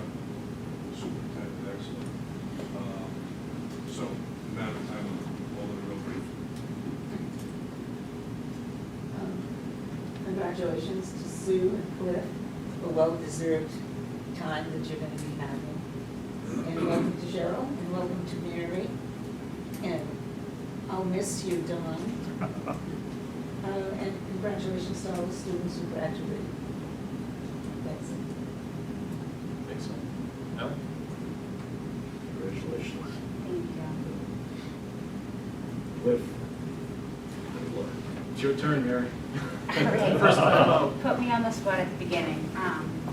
So I just want to say thank you to John for all his years of service, and I'm looking forward to working with the committee. I have a 16-year background in education. I have a master's degree in education with a minor in psychology, and I'm looking forward to hitting the ground running in August here. So thank you for having me. Welcome aboard to the new talent, all the way around, and congratulations to the departing team. It's been good working with you. Appreciate it. It's like ditto. Sue, Cliff, great job, and thank you for your years of service. Welcome to the 2 new people. And I do want to say that the graduation was excellent, very well planned out, very precise and on point, and we're very well deserved for all those graduates. Ditto, and ditto. And I was thinking, and there's probably nothing that can be done. We're all aware of the horrific church fire that we had in our district in Spencer. I know we're in our last couple of weeks, but I just want to express our concern, obviously, to that parish, which has a long history, to the town of Spencer, and if there's anything any of us can do to assist them, I'm sure they will.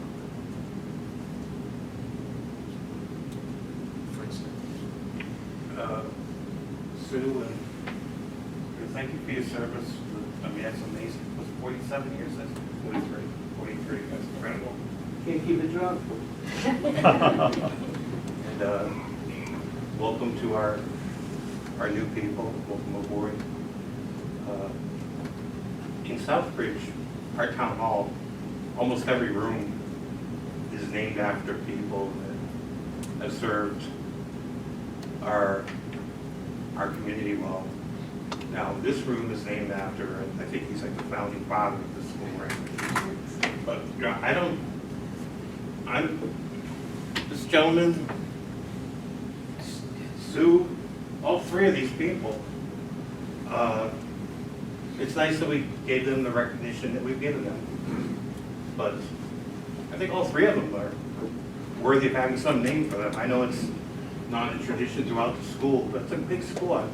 It's just, if it's maybe it's something we ought to consider. You know, we don't have to do it tonight, but as time passes, I think no matter how talented the replacements are, they're gonna big shoes to fill.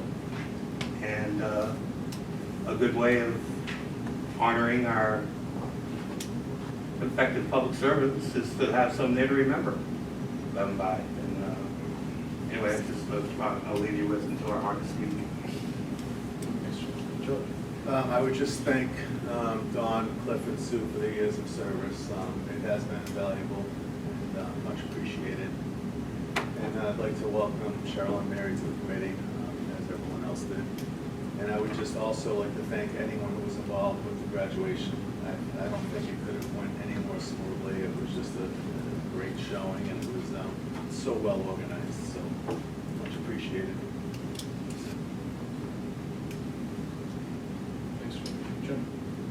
Sue, Cliff, Don, you know, it's been great working with you, and I will miss all three of you a lot. And and I gotta say something tonight, and it's probably not gonna go over very well, but you know, I've been on this committee for a lot of years, and this is the first night that I have ever seen an exchange like we had tonight. And to be perfectly honest, I don't want to ever see it again. Agreed. If you guys need to learn some diplomacy, then do it. But by God, learn how to talk and get your points across without being attacking. And quit trying to be the damn expert. And this is directed directly at you. 23 years. Well, you know. How long have you been in education? I don't need to be in education to be, to be in a diplomatic position. I've served in town government for almost 30 years. I've been on this committee for a great number of years, at least a decade. And this is the first time I've ever heard an exchange like this tonight. And you know, you talk about willful ignorance, George. From the day you came here and dictated to us as to what you were going to do for this school committee and how you were going to do it, you have been doing it ever since. Now we got a video for the people at home. That's good. I'm glad, because I'm saying what I'm saying. And I hope the people at home realize it too. You know, a little diplomacy goes a long way, George. You know? And that's all I have to say. Again, Sue, Don, I Just appreciate you. in response to that, George, I will apologize, because I don't like to let myself get as frustrated as I guess allowed myself to get tonight, and I would agree with you that I could have handled that better. So I apologize to both you and to the committee if that was taken as undiplomatic and unprofessional, and I will do better. So thanks, Joe. Mr. Beeler? Well, my 19 years, this meeting tonight has been one of the first. And I want to start off with congratulating Cliff on his retirement, especially Susan, who I have a lot of contact with. I want to thank Don for my two sons in the machine shop, did an excellent job, and my grandson. And I love Bay Path. And Bay Path has really become a stepping stone in the career of so many people because of all of the teaching staff that has put out tremendous effort for students, and that's what it's all about, the students. And the personalities that our superintendent has to deal with, I can relate to as a businessman. You can't satisfy everybody, and somebody's always gonna have a complaint. And I say that we should respect, discuss, and I'm a combatant, so I can go up a combat with anybody. And I'm still here. And in my 84 years, I have become a patriot of Bay Path, and I want to welcome our new member, Mary Johnson, to be here for this particular meeting tonight. And I want to also welcome Cheryl. I'm sure we'll do a lot of good conversation business. And to our chairman.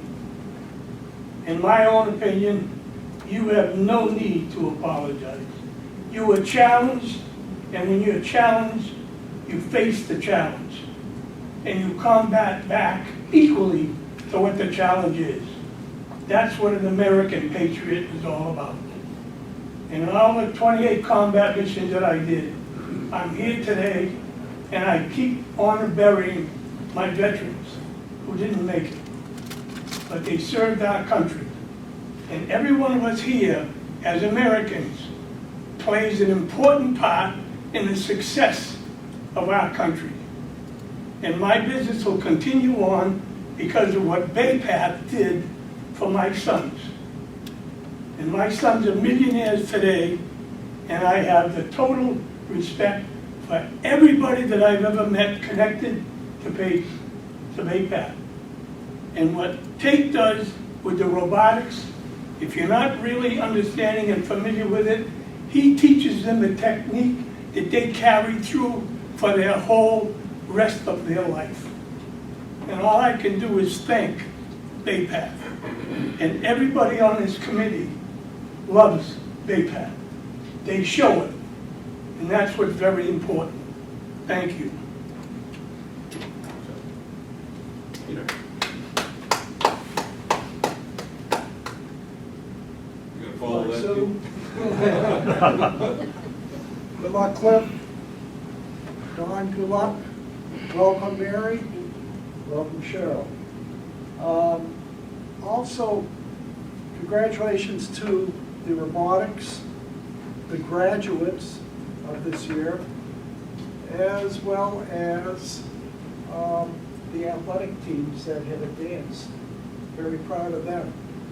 And hopefully that we can help them in the future as far as the resources. So they've done a tremendous job. And when I read it in the paper as far as them winning, very proud of them. So congratulations to them. Thanks, Peter. I too would like to acknowledge the great work that the people put into graduation. I really like that the superintendent Brenner acknowledges the retirees and those people leaving. I think that's a nice touch. They all deserve it for whatever reason they're leaving, and whether it's retirees or moving on. One of the things that Mr. Christensen said tonight was, he mentioned the word exit interview, and I wasn't 100% sure of what was not given to you.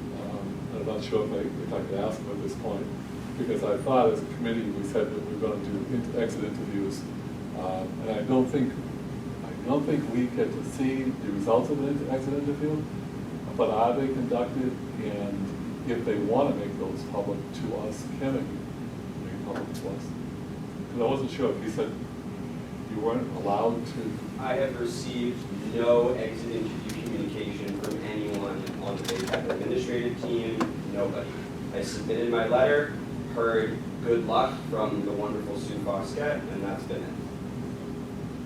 So when typically are those exit interviews done? So through the chair, we have a form that is given out to everybody who's departing, and they have the option to fill it out or sit and schedule a time to meet with them. That didn't go out. Yeah. Sure.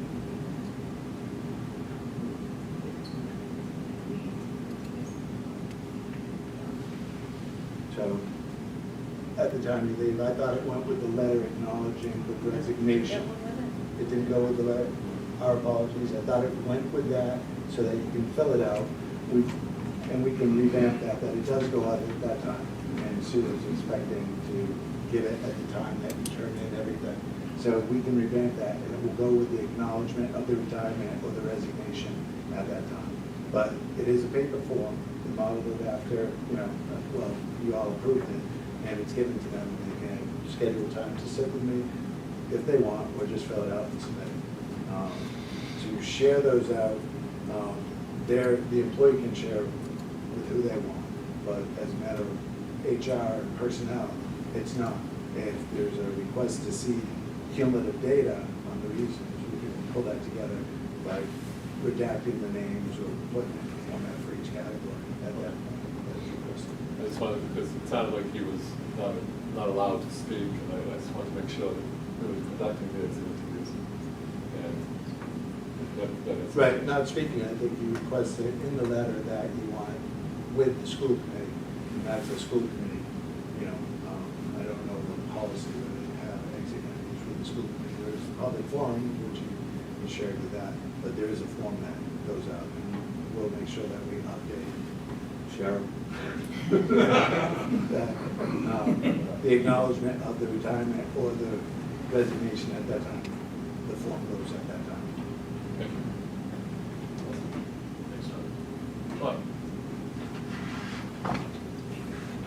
Do not want to be repetitive, but in certain situations, I must. I thank you to Sue. I thank you to Cliff. I thank you to Don. Congratulations to the robotics. Congratulations to all the graduates.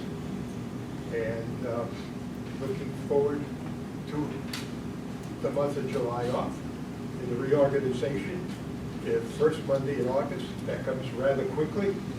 And maybe there'll be the annual cookout. Just a reminder. I don't work for money, I work for food.